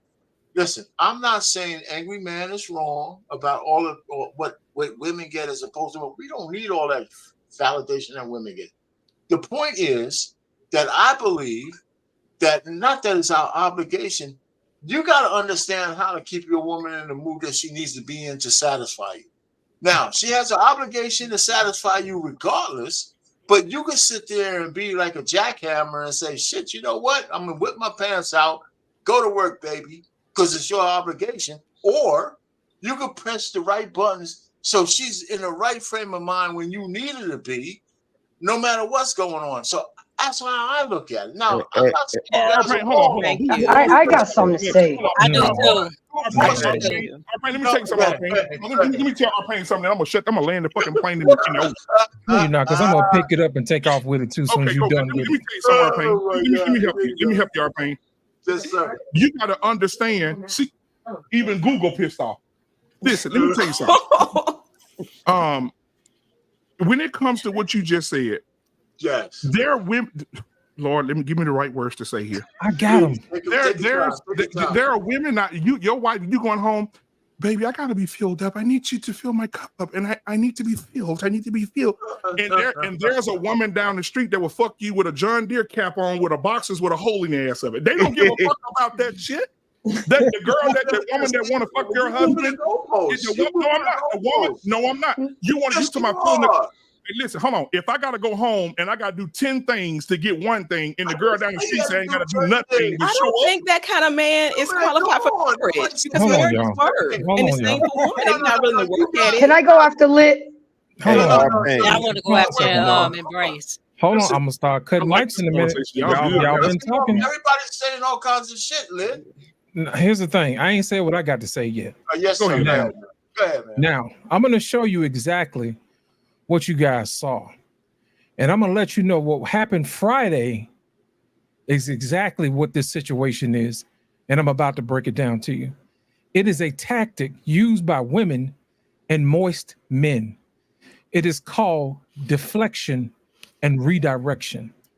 When that man brought his problem to his wife, she did not address his concern. She simply deflected and redirected and brought up her situation without addressing his concern. Now, let me explain to you what that does. That creates an atmosphere of mistrust. You see what I'm saying? If I come to you and tell you I have a problem, your empathy should kick in and say, darling, what is your problem? Instead of saying, forget you, what about me? That is the antithesis of our problem as a community. Far too often, women and some moist men, as you saw Friday, would not address the issue on the table at hand. My whole thing is this: if you want to show your man some reverence, you answer his question when it's on the table. When it has been completely satisfied, then we can move on to your situation.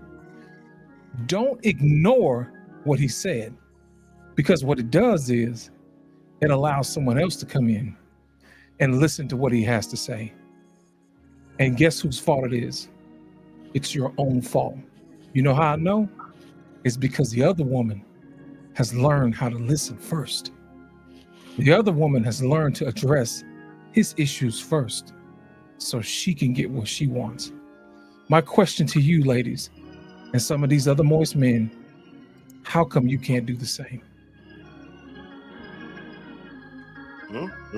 Hallelujah, Jesus. Reach. Now, Arpain, I gotta say something to you. It's because of your nonchalantness and the fact that you say men don't need validation is why these women are half-assing with these men. Okay? No, men need to say, I like football, bitch. I want to go to a football game for Father's Day. I like to smoke cigars. I'm going to go to Cuba and get Angry Man a box of Cuban cigars. We need to show appreciation and love our men because they deserve it just like we do. You have to fight for the validation of men. Because this is why these women are sorry with this validation, talking about a pair of socks for Father's Day. Get the fuck out of here. Sorry, that's as soft as I can be, Lit. Let me fucking say what I gotta say. You guys are putting motherfuckers on the big screen, and y'all ain't letting me talk. I didn't say men don't need no fucking validation. We don't need validation like women. And fuck you guys if you Yes, you do. Yes, you do. You are just as worth it. Need validation like women. And I didn't say you should just spoil your goddamn women. I'm saying that you should be on top of what your woman needs so you don't have to worry about all this shit. I didn't say R-Pain. What is the moving the goalposts? No, R-Pain, I have a question. I have a question for you, R-Pain. I have a question for you, R-Pain. Narrative. That's what y'all doing. I have a question. I have a simple question for you. Moist and all this kind of stuff. You know what? When you motherfuckers be married for 37 years, you goddamn tell me that you don't know what you don't know everything. R-Pain, but you came from Happy Wife, Happy Life. Listen. You came from Happy Wife, Happy Life. Listen, but what I'm saying to you, if you guys had a chance to say everything y'all wanted to say. I have a question. I have a question. I had a chance to say everything I wanted to say without. I have a question. Can I ask you a question? The question is, R-Pain, I have one question. That's it. I Yes, promise sir, you can take me off the big screen. Fuck it, man. I don't need to be up there. Okay, I have a question, R-Pain. You said we don't need validation. Now you're a man. I didn't say we didn't need validation. We don't need validation like women. Right. Okay, so me and I know everybody's not a believer, but for the people that are, because you read as well. Biblically, what does the word say about men and validation from their women? What does it say? No. You tell me, man. I don't have the Bible says that the Bible says in Proverbs that the work that the woman does gives the husband the right to he will praise her. He will clothe her in the finest linen. He will get her what she wants. Her work and her diligence with that man will get her praise. It said her children will praise her. Her husband will honor her because of her good works. And I didn't say anything against that. Am I right? I didn't say anything against that. It's validation. The man should honor his wife. We got you. Right in the Bible. So whatever the words you want to use and all of that kind of shit, man. Listen, y'all can keep and manipulate the Bible the way y'all want it to sound. I'm just saying, you can, if you want to sit down and say, listen, we're married, you got an oath, just bend over, let me bang your ass out, and it's okay. I don't agree with that shit. No, R-Pain, that's not true. Men don't do that. Men don't talk. Men just go fuck. No. I'm being real. Thank you, R-Pain. The other woman is always going to give you an easier road because she ain't paid no price for it. Okay. Can I say something? Come on, go ahead, Angel Man. The comment about I love you, R-Pain. The comment about the validation, right? So the comment about the validation. Let me tell you something, R-Pain. Let me tell you something, bro. I have fought and clawed my way to be in a six-figure earner. Yeah. All right. Oh. I have provided a lavish lifestyle for my wife. She don't got to work if she don't want to. If she choose to, that's her business. She can do it if she want to. Same with my wife. Me and my wife are friends. We talk to each other. I am there for her emotionally. Okay. I have see how you say, see how he's shrugging the shoulders. Let me finish, brother. Okay. I said, Let me finish before you go into your spiel. Okay. Let me go into my spiel. Let me go into my spiel. Okay. Let me go into my spiel. Yes, sir. My wife is sitting in there right now with the Rock of Gibraltar on her finger. Okay. And a wedding band that's diamond encrusted, my nigga. It is important, goddamn it. It's important because it is important. No, see that there we go. The spirit. See, there we go. See, that's what I mean right there. I didn't mean to cut you off. That's what I mean right there. It is important. It is important. You got next. It is important. I'm gonna tell you why it's important. It's important because there's no other woman on the planet that I'm gonna do that for. That's why it's important. All right. Now, the reason why I'm saying all of this to R-Pain, and I had some more shit to say, but I feel like Elise ain't gonna let me get it off. So I'm gonna just go ahead and wrap it up. You feel what I'm saying? But no, nigga, as far as validation, nigga, I want a statue. You hear me? I want a damn statue. I want a statue that stands on the piece of land that I freaking fought to buy that's going to stand the test of time where my great-great-great-grandchildren going to be like, who is that right there? Oh, you don't know who that is? That's your great, great, great granddaddy that made all of this shit possible. I want a statue because, brother, I come from the old school like you do. You feel me? I come from the Gerald Levert generation. Baby, hold on to me because I'm a special kind. That's a kind. Come on, boy. I want validation, brother. Told you 1,000 times. Because I earned it. Yeah. You feel me? There's a difference when you earn it, and I know you've earned it, brother. Okay. Get your validation. I don't argue what you just said, but I think we're moving the goalposts from the original conversation. No, we not. I think we expanded it to where we were talking about that his wife in the movie. While you guys are justifying why he was banging out another chick because his woman that brought a bonnet to bed. Hey, I didn't justify it. No. I understand, but that's where we started, though. So I agree with what you just said, but I think that as far as I'm concerned, my whole family needs to help build my goddamn statue. I do a lot. You know, so I think we're expanding the conversation to add to where I can agree with what you're saying, but because that kind of validation doesn't just come from just your wife for what you've done for her, because you was probably building that castle before you met her.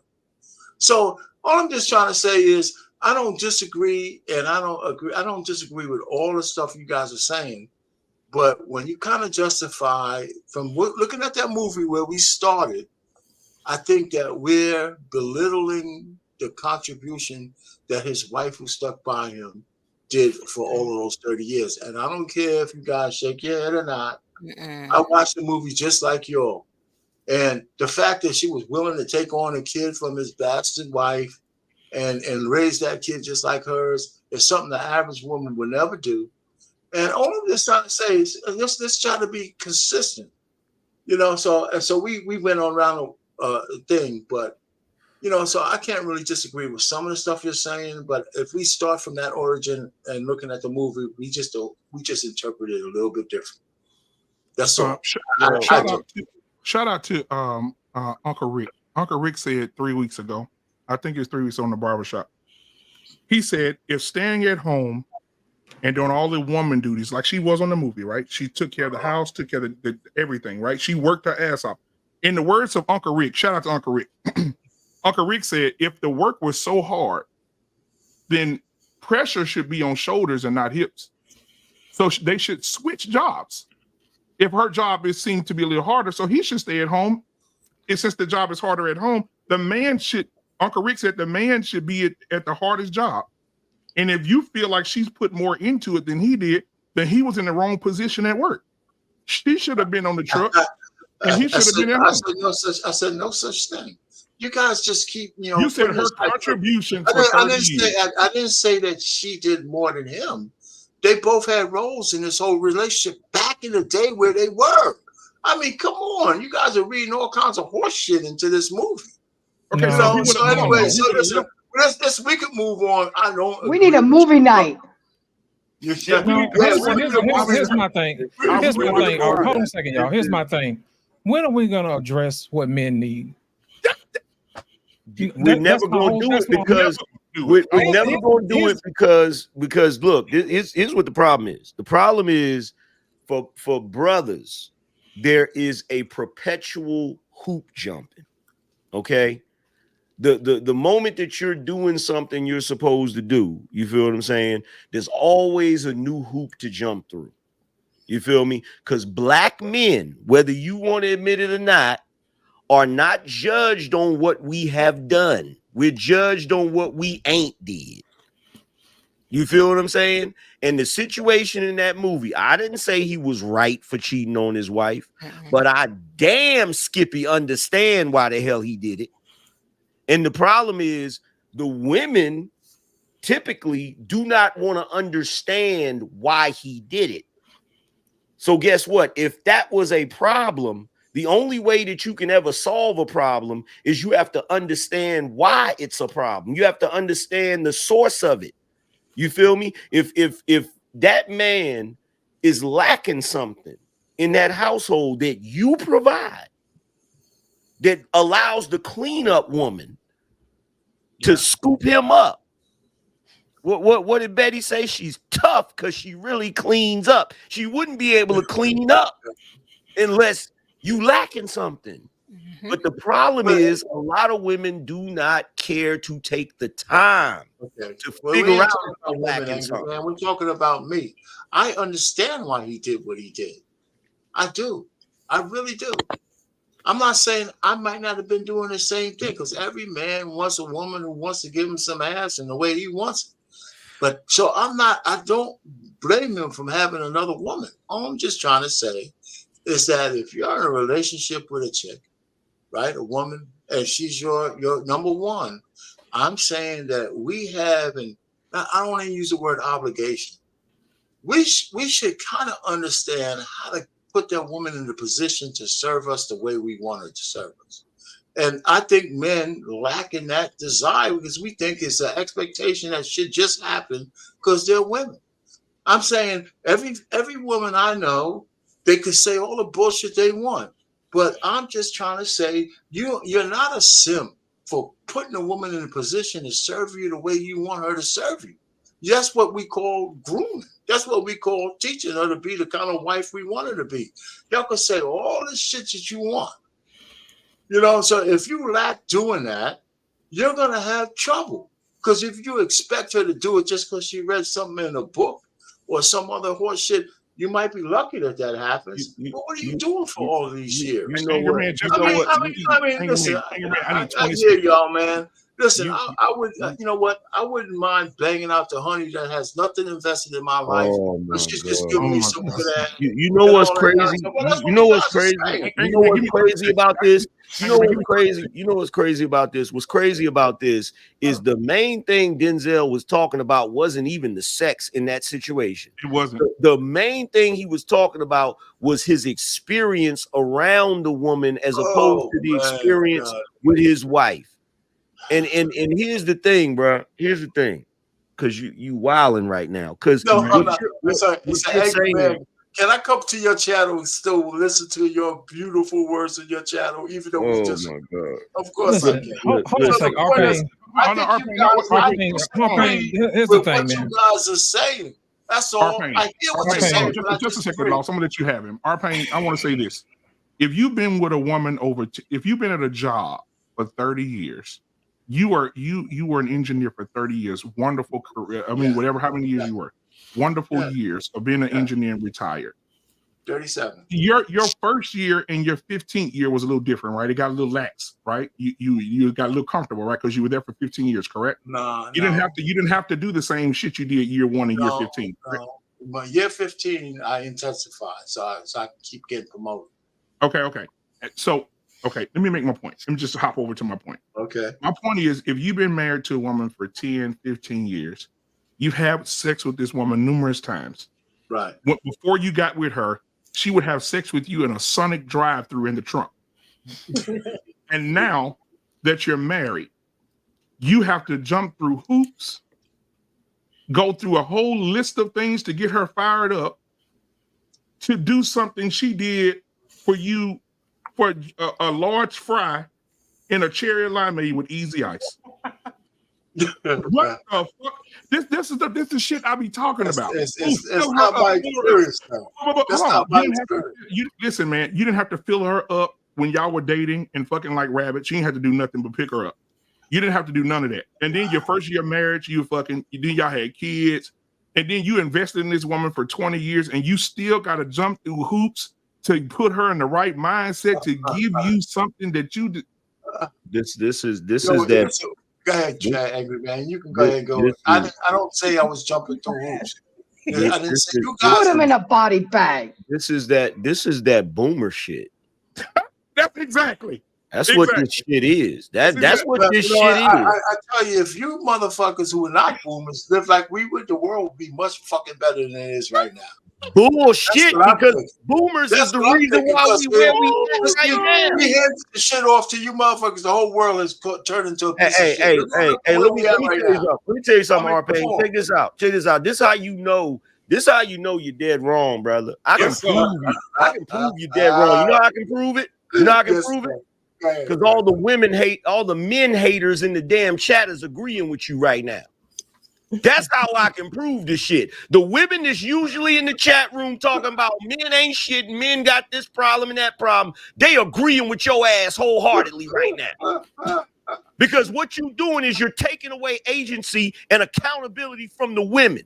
And right now, what you're saying is you as a man need to do something in order to motivate your woman to do what she's supposed to fucking do, which is the equivalent of your woman having to motivate you to get your ass up and go to work and make some damn money.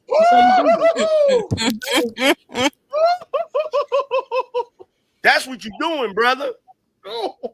She ain't got to motivate you to be a man. Why you got to motivate her to be a woman? I see, but you guys are putting your own words that y'all want to put in there. That's not what I said. Here's the thing, man. Nobody. Listen, nobody's. I'll stop talking now. You guys gonna say what you want to say. I'm gonna read my man's super chat first. Yeah, he says, "Damn, our pain is so far removed from what most men have to deal with. Our pain. Why can't you hear what the brothers are saying about what we have to deal with out here? You can give her Jupiter and she will go left." Listen, I'm going to make this a whole lot easier. I'm going to take the man and woman situation out of it. Say, for instance, you're in a business, okay? You got a business partner, okay? And you guys say, hey, look, we're going to split the profits up 50-50. You know what I'm saying? When times, to cash it in, your partner say, hey, look, I will give you 50%, but you got to do this extra stuff for me. You know what I'm saying? That's the equivalent of what we're doing now.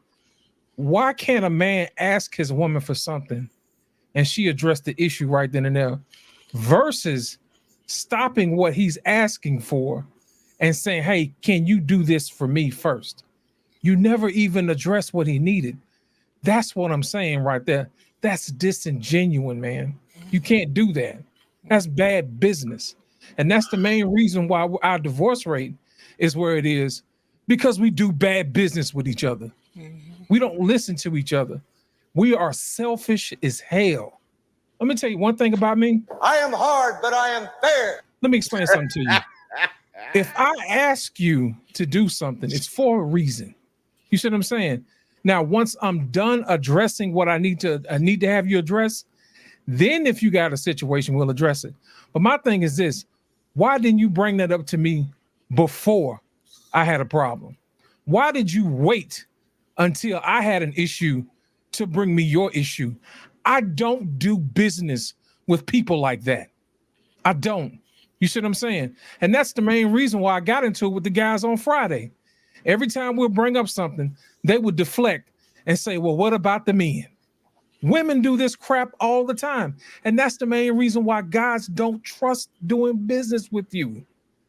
That's the reason why our marriage is the way it is, because we do bad business with each other. Mm-hmm. When we start addressing what needs to be addressed on the table first, then that's when we'll get better at what we're doing. That's when our marriages will get better. But right now, what we're doing now is bad business.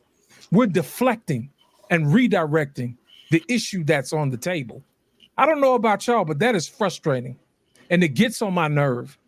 I walk around and I look at all these channels and they argue about the same thing instead of what was argued on the table first. Mm-hmm. They want to call it nuanced. They want to say, well, what about the men's? What about the women? Damn it, Dusto. Damn, Dusto that brought this out, man. He might have been damn right. But my thing is this: please address the issue on the table first before you start talking about what about me. That's selfish as hell. And marriage is not about selfishness. It's about selflessness. And I'm not married, and I know better than that. What I said, I like what you said. I'm not mischaracterizing. Listen, this is our pain. This is not an ego. Our pain. Listen, this is not an ego issue. No, it's not an ego. If you're correcting what you just said at me, you're mischaracterizing what I said. I'm not talking about you, Arpain. I'm just talking about how we do marriage in general. How women and men do each other in general. Let's remove ourselves from this situation and look at the issue on the table. This has nothing to do with you. All I'm saying is this: When somebody brings you a problem, don't give them your problem instead of listening to theirs. That's all I'm saying. Can I say something? I Can agree I- with yeah. that. I agree. Well, listen, I agree with that 100%. Thank but you. That's not the issue that's on hand. Can I? So can I That agree is the with issue. that. That's So, what we was talking listen, about. listen. I agree with what you just said, but that's not what we were talking about. You guys Yeah, keep that's moving exactly shit what all- we're talking about. No, When he no, said, you I've been guys not- standing no, still, no, you and when keep- she guys dropped him and keep said, well, I've been moving this standing shit with you, all over the she place. ignored what he said. Listen. All I'm trying to say is, listen. If you got to take the whole movie into context, not just that one scene. You know, so I saw the scene. I seen the movie. You're moving the goalposts. You guys are moving the goal. I think you're moving the goalposts. I didn't move it. Because as far as I'm concerned, planted the flag on the field, buddy. one of the reasons why my marriage works is because I don't allow my wife to move the goalposts. But that doesn't mean that I don't put her in a position to be the best wife that I need her to be. I think those are two goddamn different things. So you're doing a job for both of y'all. So you guys can come on down because y'all want to say, oh, listen, if it ain't just us, because we're men and everybody else, I'm not saying women don't have responsibility. That's just bullshit. It never came out of No, my I didn't say anything about it. All I said was address the issue. All I said is address the issue on the table first. And I'm saying you could address the issue on the table when that time comes, but that doesn't alleviate the fact that if you want a marriage that works, you got to make that shit work, and so does she. Listen, I'm not moving. So listen, you know what, I'm not man? Let's moving. move on, man. Listen, you I'm guys not are right. moving. I'm fucking wrong. You I'm guys not are right. moving until See? I You get my guys are issue right. I'm wrong. resolved. That boomer shit. You guys know what the fuck you're talking about. See, that's that boomer shit. That's See, that's right, that goddammit. boomer shit. Look, Yeah, it look. Let is. me tell y'all something. Let me tell you something. Right? Here's the thing about the boomers. Y'all niggas is Charlie Brown trying to kick that fucking football. And instead of getting mad at Lucy for snatching the football back, you trying to figure out how to kick the motherfucker before she snatch it back. That's y'all's goddamn problem. And y'all pass that bullshit down to us. The only difference is the only difference is us Gen X men. Boomers have been the greatest fucking generation that this country has What? ever. Yes. You have lost your mind, You sir. got to make you strong by saying, listen, you know what? We both have to work. Bring your ass home. Each give yourself some fucking cereal till we get home. And shut the fuck up. No. What you let's do did, that. no. So What, listen, man. what you Just- no, what y'all did, what the majority of y'all did, what the majority of y'all did is you fucking neglected us, didn't give a shit, didn't teach us shit, and where we learned anything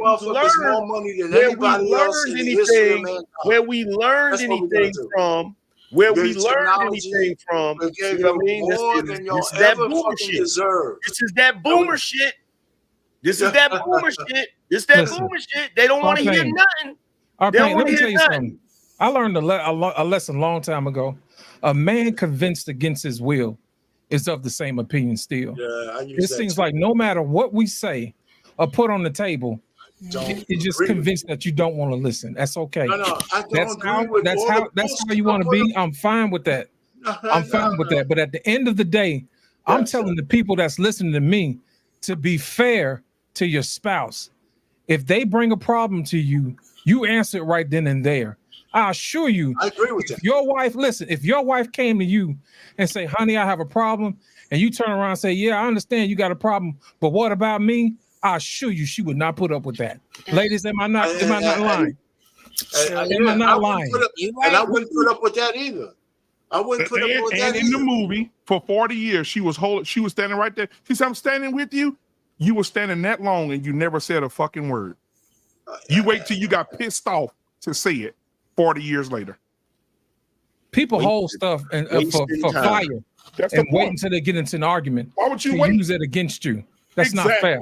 It's not fair. We need a movie night to look at this shit so we could. When you want to watch it? We could do it Thursday night. Want to do it Thursday? Whenever you fucking guys. No, that's my night show, Sunday. Oh, that's your show, baby. I'm sorry. Sunday. Listen. I don't disagree with a lot of what y'all saying, but you know what?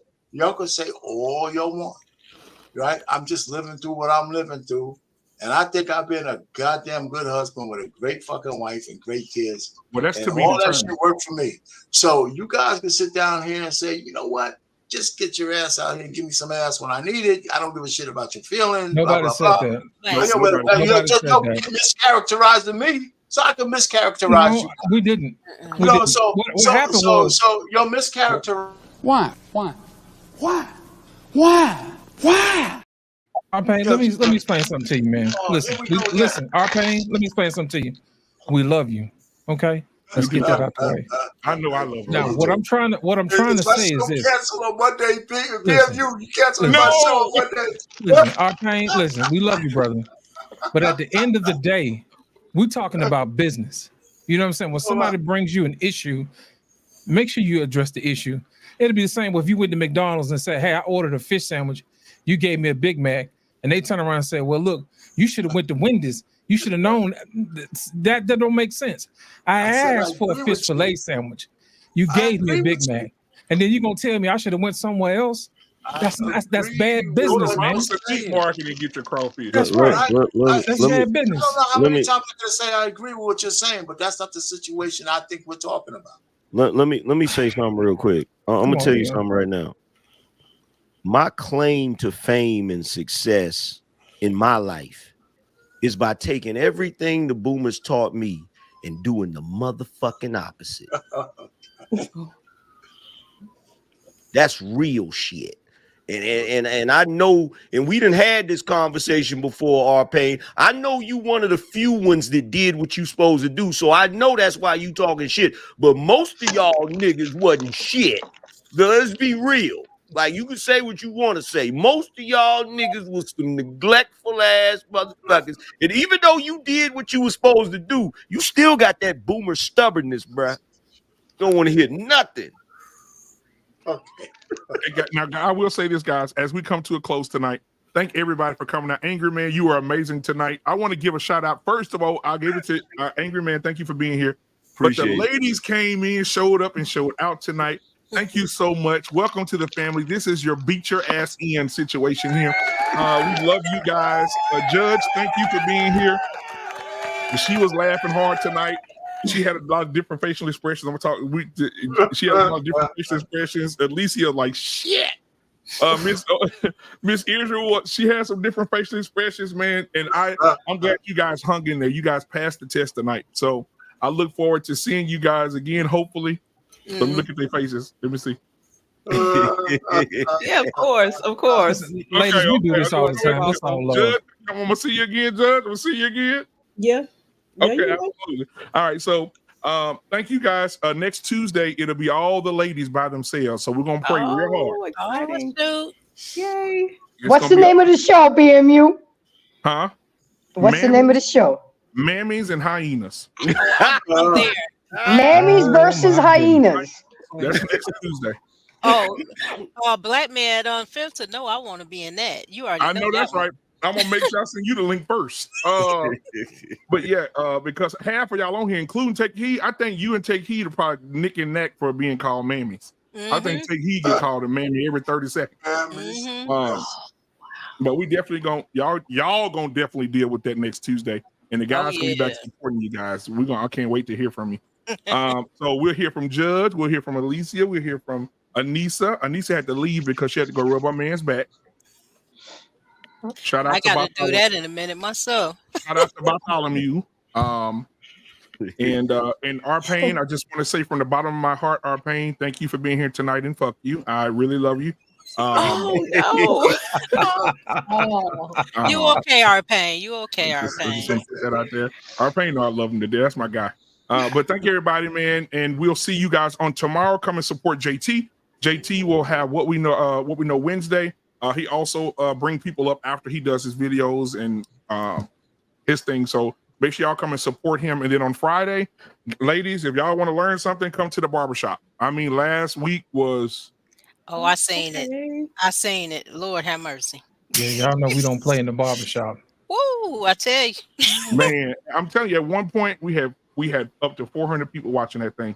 And you know, Judge, she saw a clip of it. She say, I'm sitting here watching these men talking about what you said. What you sent me? You said I'm sitting here watching these men said that women are undesirable and not loyal. Women are undesirable. They're the lowest, undesirable women. Yeah.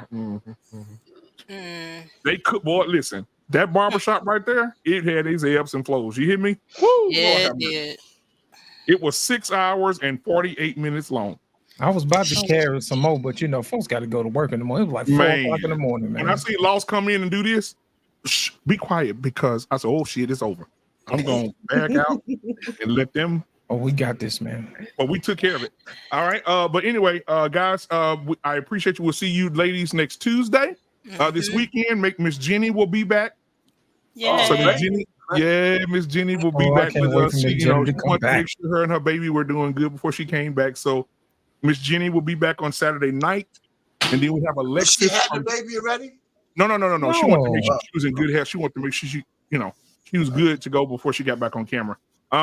So Miss Jenny is back Saturday, and the name of her show on Saturday is going to be guess what? You both suck. So she's going to do that. Oh, I can't wait. On Saturday night, and then we'll have Alexis talking about her Amazon Prime. If you want to buy anything from Amazon, you need discount codes or anything you want to buy at a discount. Watch Saturday's show at 6 o'clock p.m. Central Standard Time, and Alexis from Texas has the show talking about that. And then on Sunday, of course, we have the gray area with Mr. Bennett, who is on here with us tonight, and Peter. Grooming Reviews will be on with him on Sunday. So come and support those shows. All right. I appreciate you guys. Go get some sleep.